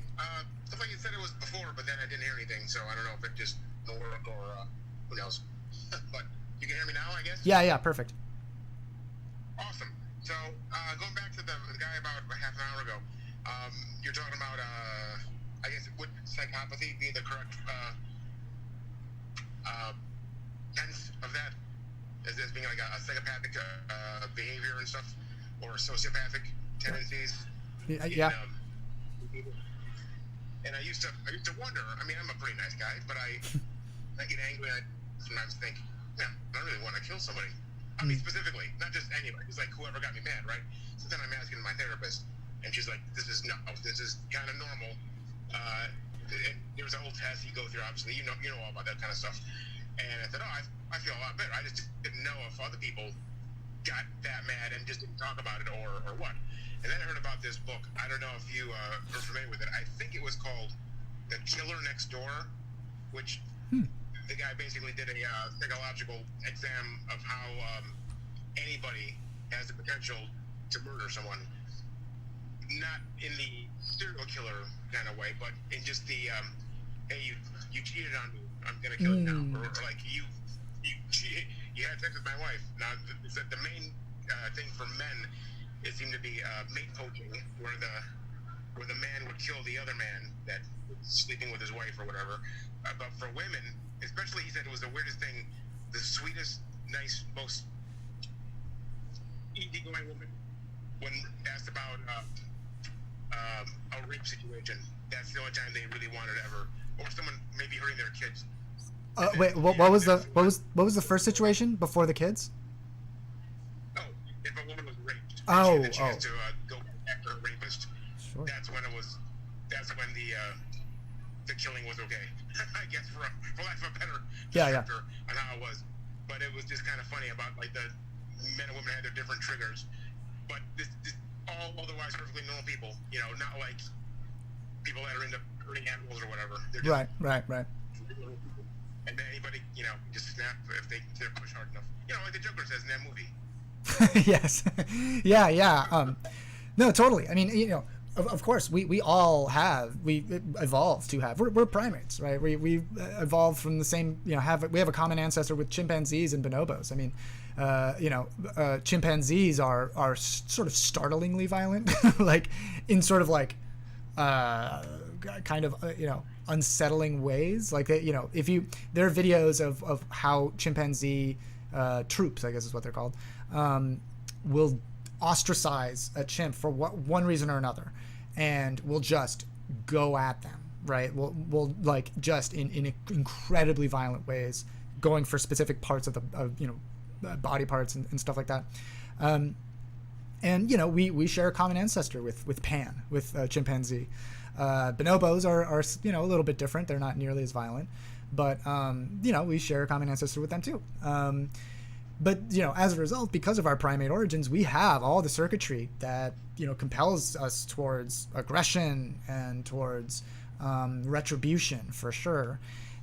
So that totally makes sense. Yeah, there's nothing pathological about that necessarily, apart from just the societal harm, right? That in other words, it's not abnormal, right, to experience aggression, but the question is the context, right? And that's why there's plenty to criticize about our legal system from the perspective of neuroscience. But they do, the legal system does distinguish between like premeditated crimes of passion, these types of things. That's nice that you were able to talk about that with a therapist. Yeah, I mean, it really does make me feel better when I think about like the evolutionary reason. Or I'm sorry, I'm driving right now, so I can't. Yeah, no worries. I mean, another thing another component of that topic is that we are a competition species, or sort of a competition species, right? Which is to say that there's a competition for reproduction, right? And in every single competition species, there will be violence, and there will be aggression, and some of it will be absolutely atrocious, like competition species like gorillas or lions. There will be plenty of infanticide, right? Because when a new male is in the position of becoming whatever, the alpha, whatever you want to call them, the male that reproduces the most, there are and natural selection sort of drives them to do this, but they want to own the reproduction of that pride, right? But also they want to prevent the offspring of other males to compete with their offspring. And so yeah, I mean, like it's sort of a natural, unsurprising byproduct of human evolution. However, we also happen to have these big fancy brains and prefrontal cortices, and we have society to kind of limit the suffering that arises from our primitive origins, fortunately. But anyways, yeah, it's an interesting topic. Yeah. So I guess that's really it. Sorry. All right. Thanks for calling in, man. Always a pleasure. Yeah. No, you too. Thanks. Take care, Scott. Scott is a legit nice guy. Like, okay. What does a brain scientist do? That's a great topic. So brain scientists, it's a broad discipline. It's a fundamentally interdisciplinary discipline, meaning multiple scientific disciplines can all collaborate, and all must collaborate to pursue the study of essentially human consciousness. Not exclusively human consciousness, animal consciousness in general. And it doesn't have to be, it could also just be like, how does a octopus tentacle move, right? That can be like, or how does an octopus decide to move its tentacle? That would be a question for a neuroscientist. But it can also be, what I studied, which was, the neurobiology of anxiety and addiction, and trying to map out specifically which pathway, which collection of neurons communicating with other collections of neurons encode levels of anxiety as well as addiction.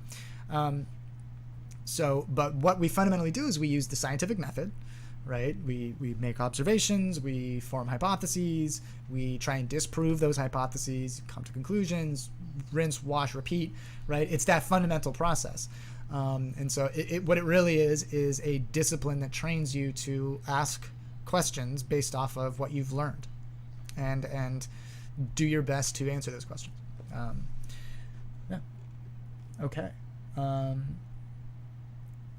What? COVID just lie BS. Encephalopods are so weird, even for neuroscientists. Yeah, octopi or octopodes are so cool. Like, I am so into octopodes. Study brain spotting. I'm not familiar with brain spotting. Do brain scientists make good money? Yeah, it's a legit question too. So, you know, if you get either a master's degree or a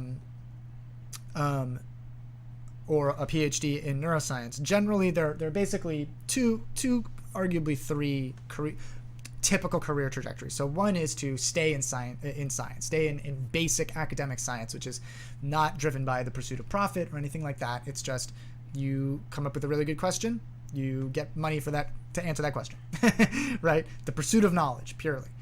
And you can, you certainly don't make terrible money, but you don't get fabulously wealthy. Very, very few get fabulously wealthy. You don't go into that in pursuit of tremendous wealth. But you can also go into the private sector. You can go into industry working for, biotech, biopharma.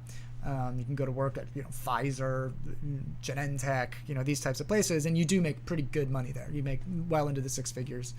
That's a pretty comfortable life. So it just depends on what your priorities are. And then there are some other, disciplines you can go into, like, consulting or government, of course.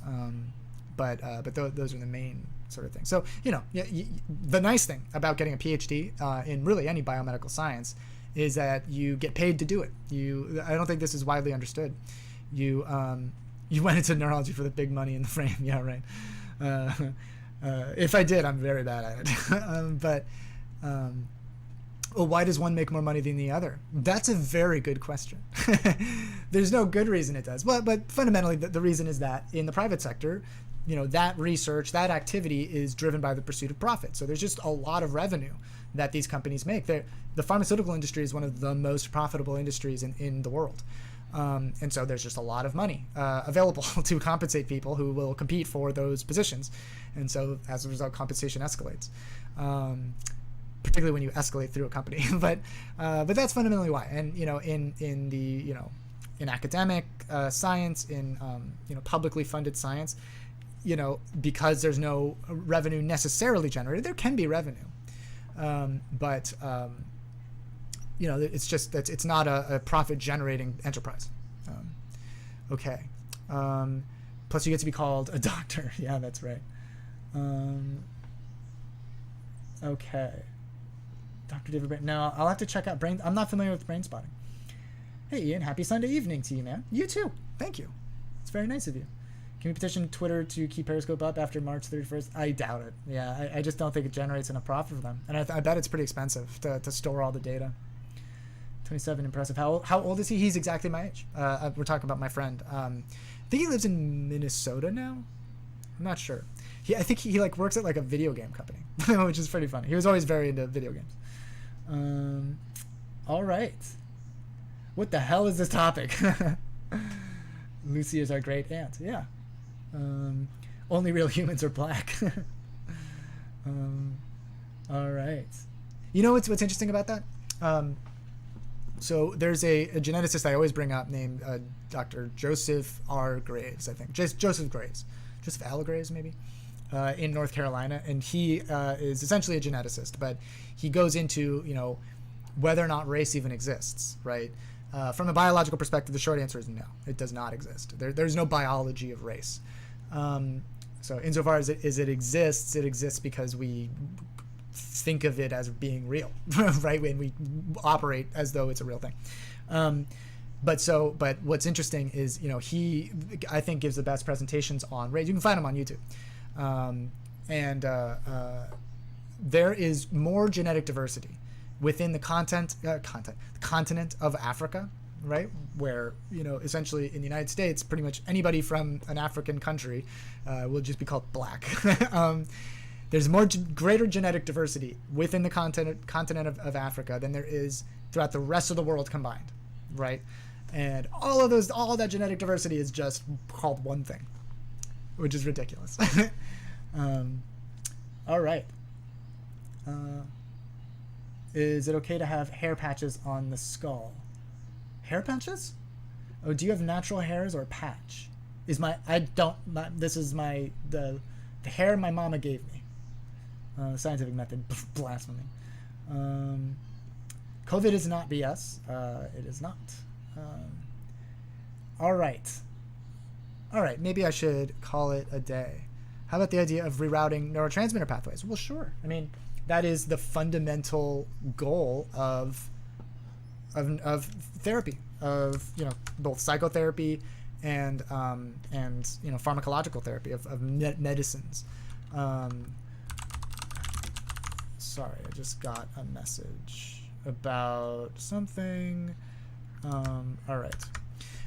So yeah, I mean, one way to think about psychiatric conditions are that for whatever reason, whether it's genetic or due to injury or due to consistent drug use, neuroanatomy changes, and you can think of them as neurotransmitter pathways, but neurotransmitters are just signaling molecules that alter the activities of neuronal pathways, of the activities of networks of neurons communicating with one another. So if I spritz a little bit of glutamate, an excitatory neurotransmitter. Oh, Abyss, I'll just scroll up and find it. Don't worry about that.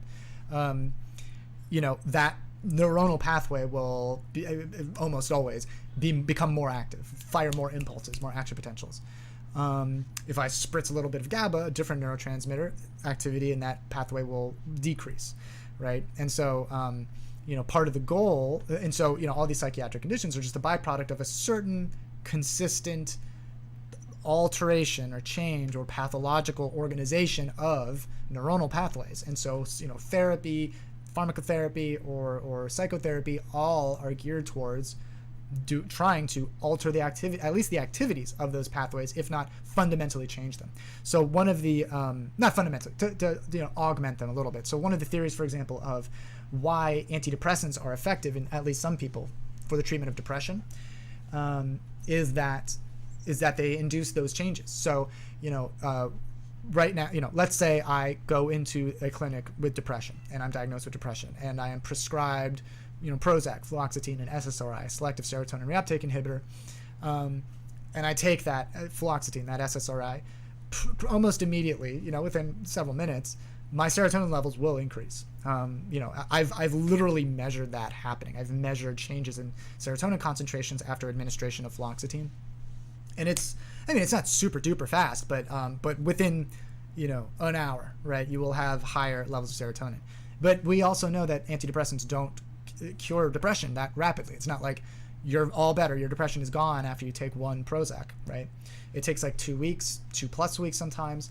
And so one of the theories is that by, consistently elevating levels of serotonin, which is what SSRIs do, that changes the relationship between various brain regions. One of the most interesting, perhaps, is the relationship between the neocortex, the outermost region of the brain, and the rest of the brain, and particularly mood-regulating parts of the brain.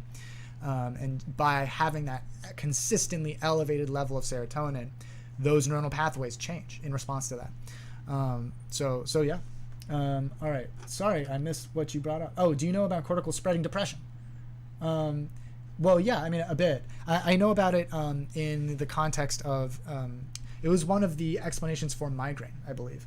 So cortical spreading depression, it's like a pattern of activity where, so people may be familiar with what are called brain waves. So alpha waves, delta, theta. These are patterns and frequencies of the spread of activity throughout mostly the cortex, but throughout the brain, right? These waves of activity where neurons are becoming active and becoming inactive. And so cortical spreading depression was, I can't remember the study. It's kind of irritating. I think I've literally talked about it on either the podcast or on YouTube. That's super frustrating. But that was one of the explanations for some cases of migraine. Yeah, but beyond that, I'm no expert in that. I type fast. Where am I originally from? Well, from America, but I've lived in Florida, in like South Florida, in Miami and in like Palm Beach and in Puerto Rico and California and Colorado and Texas and now Pennsylvania, Philadelphia.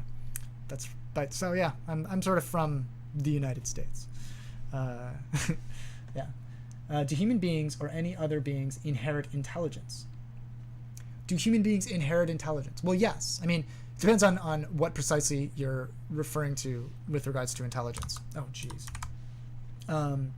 What qualifies as intelligence? Like, human beings inherit from their parents the ability to, engage in behaviors and in, cognitive activities that we would all recognize as intelligence.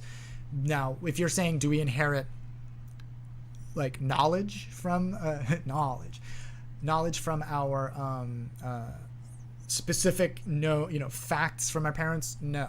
Well, we do, but not genetically, which is I think what you're referring to. There a lot of our behavior, a lot of our intelligence, cognition, so obviously beliefs are heritable. They're not inheritable necessarily. They're not genetically transmitted, but like one of the, a major theory of depression again is that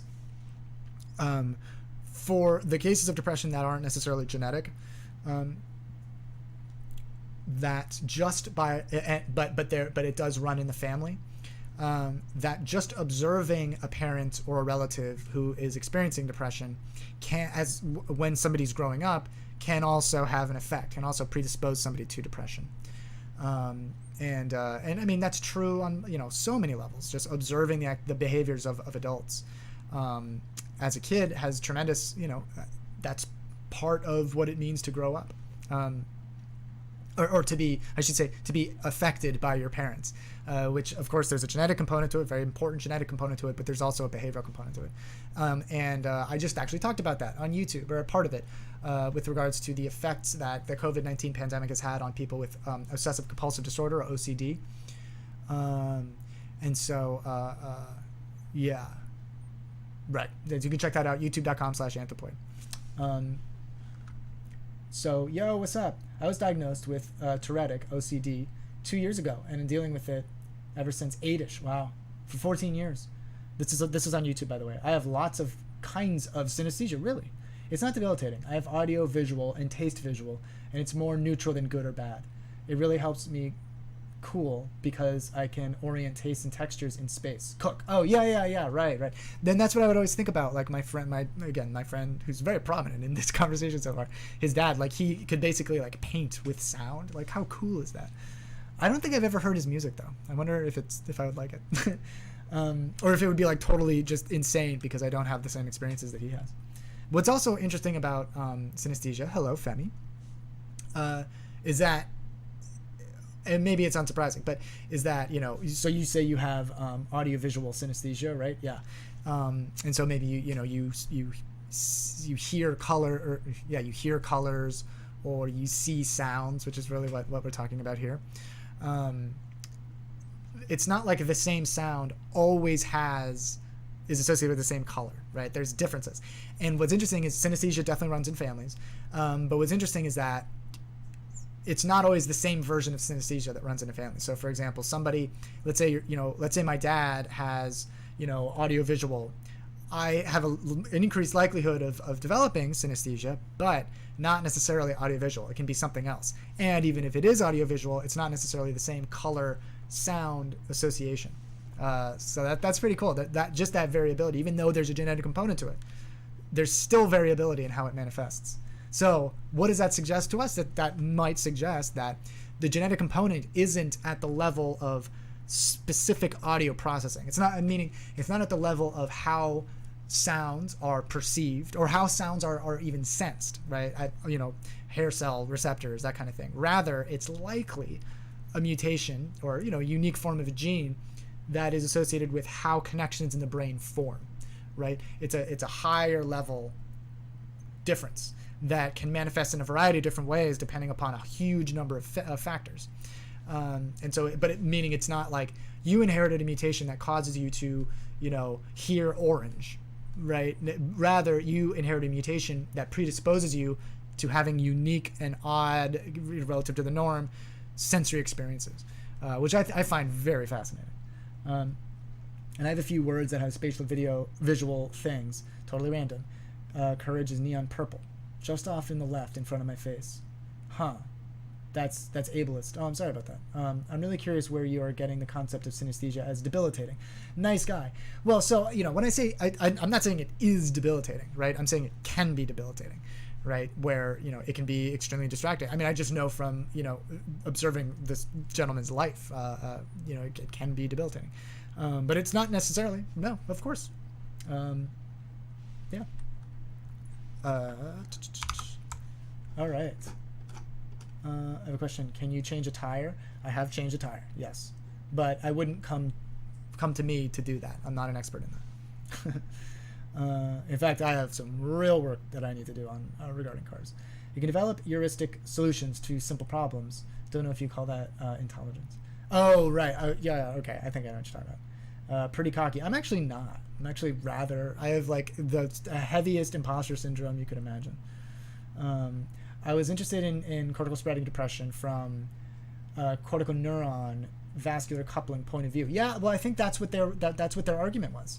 If I remember correctly, it was that the cortical spreading depression influenced vascular dynamics, which we know for migraines. This is for everybody else. I know you know this, but at least some cases of migraines are caused by disruptions in how the vascular system is regulated, right? How blood vessels either dilate or constrict, and that is why, at least for some folks, triptan drugs, which interact with serotonin receptors that regulate vascular dynamics, are effective for some people, not for everybody. But yeah, I think that was their argument, that it influences, that differences in cortical spreading depression influence vascular dynamics. All right, let's take one risk here with delusional Thomas. I'm a little bit worried. We got some of the signs of a troll here, just some, but let's see. So Thomas, is that your name, and where are you calling from? Yeah, how you doing? From Florida. You said you're a brain scientist. I had a question on what do you think the effects? I'm aware of the physical effects of androgenic and anabolic steroids and things like selective androgen reuptake. Like androgen anabolic. SERMs and SARMs. Do you think that have an effect on the brain? Yeah. So yeah, like SERMs and SARMs. Yeah. Right. So it's an interesting topic. So it's easier to just talk about testosterone, just so everybody's on the same page. An anabolic steroid is either just testosterone, or it's a molecule that mimics testosterone and can be more effective in certain ways. Like, one of the most treasured aspects of certain anabolic steroids is that they're not converted to estrogen as much. Testosterone, it's surprising to a lot of people. Obviously, if you're involved in bodybuilding, you would know this. Estrogen is created, at least in part, by testosterone, or it's converted from testosterone by aromatase, which is another target for bodybuilders to inhibit aromatase. But anyways, so let's just talk about testosterone. And there will almost certainly be differences between like testosterone itself and then other anabolic steroids. There is evidence that yes, testosterone has effects on human behavior, but not as simple as I think the popular conception is, where there's like steroid rage or roid rage or whatever. It's not that simple. It doesn't just like induce tremendous aggression, but rather it like I guess the short story is that it can amplify underlying pathologies, right? It can amplify a predisposition to depression or mood, instability, potentially aggression. And so that is almost certainly explains more of some of the tragic events that some steroid users have had than just testosterone induces aggression. Now, that said, there are studies where if you inject testosterone, there is testosterone in the brain, there's estrogen in the brain, and if you inject a little bit of testosterone into specific brain regions, you will induce aggression. And this is in animals, obviously, not in humans. So there is the ability for testosterone and therefore other molecules that mimic testosterone to induce aggression, but by and large, the notion that as a class of molecules, anabolic steroids induce roid rage is kind of it's not entirely accurate. It's not entirely a myth, but it's not entirely accurate. Okay, do I got time for one more question? Right on. Okay, so someone who has altered the chemistry of their brain with like street narcotics, you know how their like reward and pleasure centers get messed up. For someone who has stopped doing that for a period of time and then started taking like an androgen or anabolic or something like that, could that reset the reward pleasure, even though you've kind of like started to build your brain back together? So, you know, they're pretty different systems. So, you know, let's just talk about, I don't know, cocaine, right? But this will apply to cocaine. It'll apply to heroin or opioids, even alcohol, where you're absolutely right. After a long period of time of using those substances, parts of the brain that those substances interact with, the only reason people use those drugs in the first place, are, you know, your ability to feel pleasure, your ability to feel reward. And so there will inevitably be a period during which the brain has to readapt. It will readapt. Like it takes longer than would be preferable. But using anabolic steroids, like that process, the recovery process from substance use disorder, it's not a byproduct of new neurons growing back. Rather, it's the byproduct of connections that probably used to be there or could be there to form. So it's not like growing new neurons, it's growing new connections between neurons, and that just takes time. And anabolic steroids don't really interact with that process very much. There are hormones that regulate that process, but they're not anabolic steroids. So there's not a significant relationship there. But of course, you know, testosterone absolutely, without question, influences things like libido, your ability to have an orgasm, you know, these types of very reward-based experiences. And so, you know, it's sort of notorious when somebody has done a cycle of an anabolic steroid, when they're at the end, particularly if they're not regulating estrogen levels, their libido just plummets, and they can have erectile dysfunction, and it can be almost impossible to have an orgasm. Like, so those aspects of reward are different from, you know, the reward that we experience from cocaine or methamphetamine or whatever. But, you know, apart from that sort of narrow component of reward, they don't really interact with each other all that much. You know, there's probably a relationship in some cases, but yeah, I would think of them as largely independent dynamics. Awesome, man. I appreciate it. Yeah, thanks for calling in, man. Yo, have a good day. You too. What do you want people to ask you? You have all the answers because you're a brain surgeon? Oh, pretty good. That's why you thought I was cocky. No. First of all, I'm not a brain surgeon. But also, I only know about the brain, really. You get me talking about anything else, I'm totally useless to you. Because it's my job to know about the brain, by the way, right? I mean, I would be a pretty garbage neuroscientist if I didn't know anything about the brain. Hey, it looks like a Detroit, maybe, hippie chick. What's your name and where are you calling from? My name is Kat, and I'm calling from Michigan. Awesome. What's on your mind, Karen? And, it's Kat. Oh, Kat. Sorry about that. Kat, yeah. Nice to meet you. So I'm having left temporal resection surgery on February 22nd.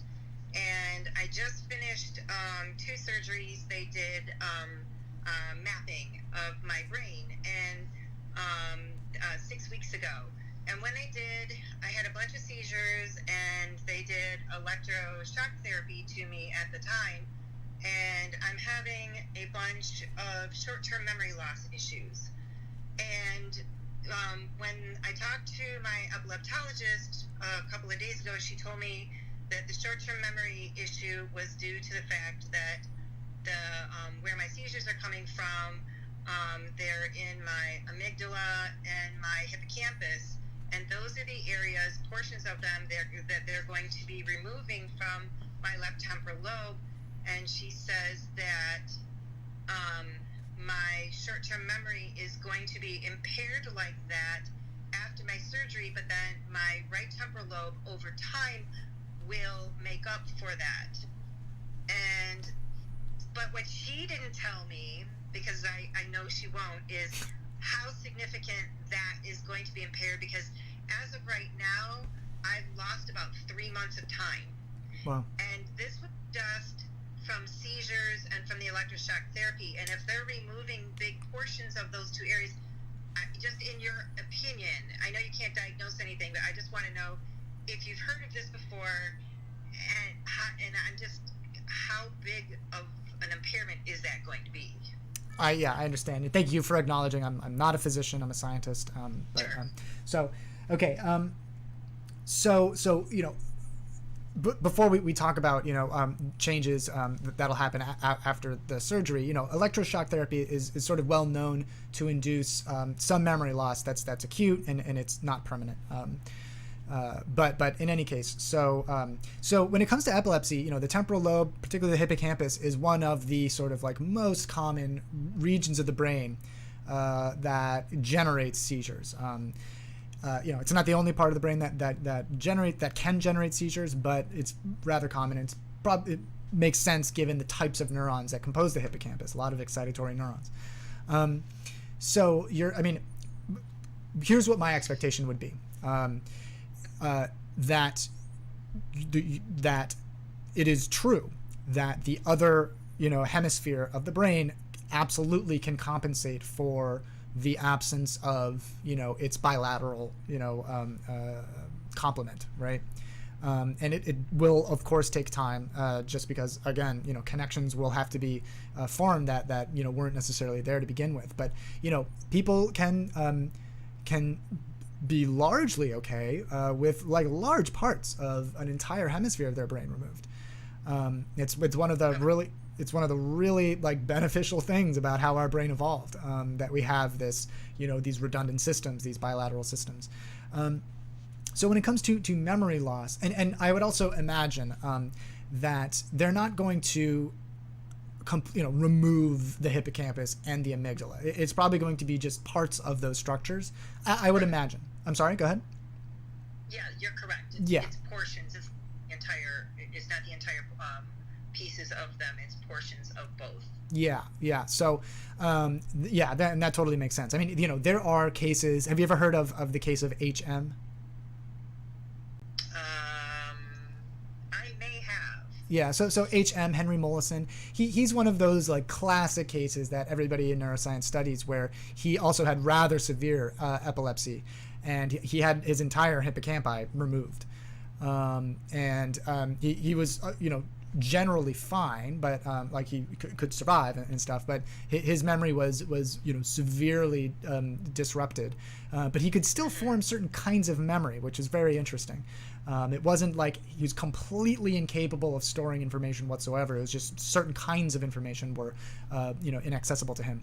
But I would imagine. Here's what I would imagine if I were in a position like yours. That after the surgery, there will obviously be a recovery period, and the seizures themselves are obviously can be extremely dangerous, and damaging to the brain, and so there will be a recovery period. But given the fact that neurosurgery has progressed and become sophisticated enough to just pinpoint specific parts of structures that are causing that aberrant electrical activity, that there will probably be enough intact where you'll notice a difference for a while.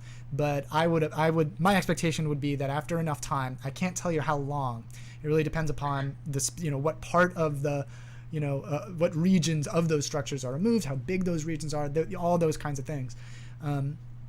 But a couple weeks, on that scale, right? Months, not years and years and years. It'll be a combination of all of a sudden, memory is a little bit less strained, and then also you'll likely develop compensatory mechanisms where you write things down a little bit more than people normally do. That's how I am. I have a horrible memory, to be totally honest. Like if I don't write something down, it's gone for me. In terms of like learning new information.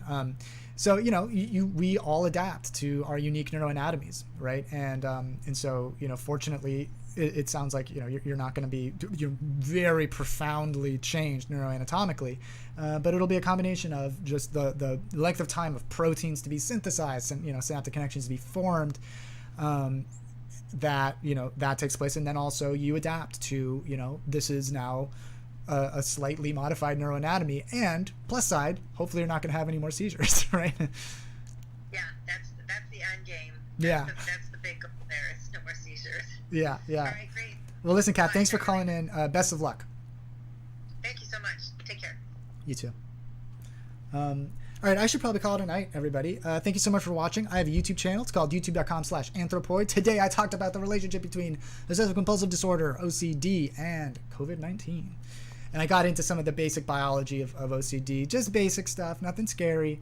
I mentioned a couple brain structures, but you don't even have to know what they are, just in case you like to collect those names, like I used to, I still do. So youtube.com/anthropoid, you can get to it on my profile page. I'm also going to start using Haps, I think, pretty soon, which is another live streaming platform with some more tools. So you can check that out. I also have that in my profile. Otherwise I'll hopefully see you at least one more week. Same place, same time. See you there. Have a great week. Stay safe. Wear your masks. See you next time. All right, thanks for watching on YouTube, everybody. That's right. We are an altruistic species, indeed. Yeah, for sure. I mean, humans are the most interesting primate by far. But other primates are also capable of altruism. It's not an exclusively human phenomenon, which is very cool. But of course, whenever you see that, you're like, wait a second, is altruism just the invisible hand of natural selection? Like, is there, I would gladly die for 2 brothers or 8 cousins. Like, these decision making, how closely affiliated you feel with somebody is essentially can be genetically determined. Not always, but sometimes. Oh, come on, a bit about Belgian beers too. Hope you've had a good one recently. Yes, thank you. Cheers. So thanks for watching. If you haven't and you enjoyed it, maybe consider subscribing. Give me some feedback. Let me know what you think. Topics you would like to discuss, corrections that you would like to make. I am all eyeballs and ears. Otherwise, stay safe, everybody. Thanks for watching. See you next time.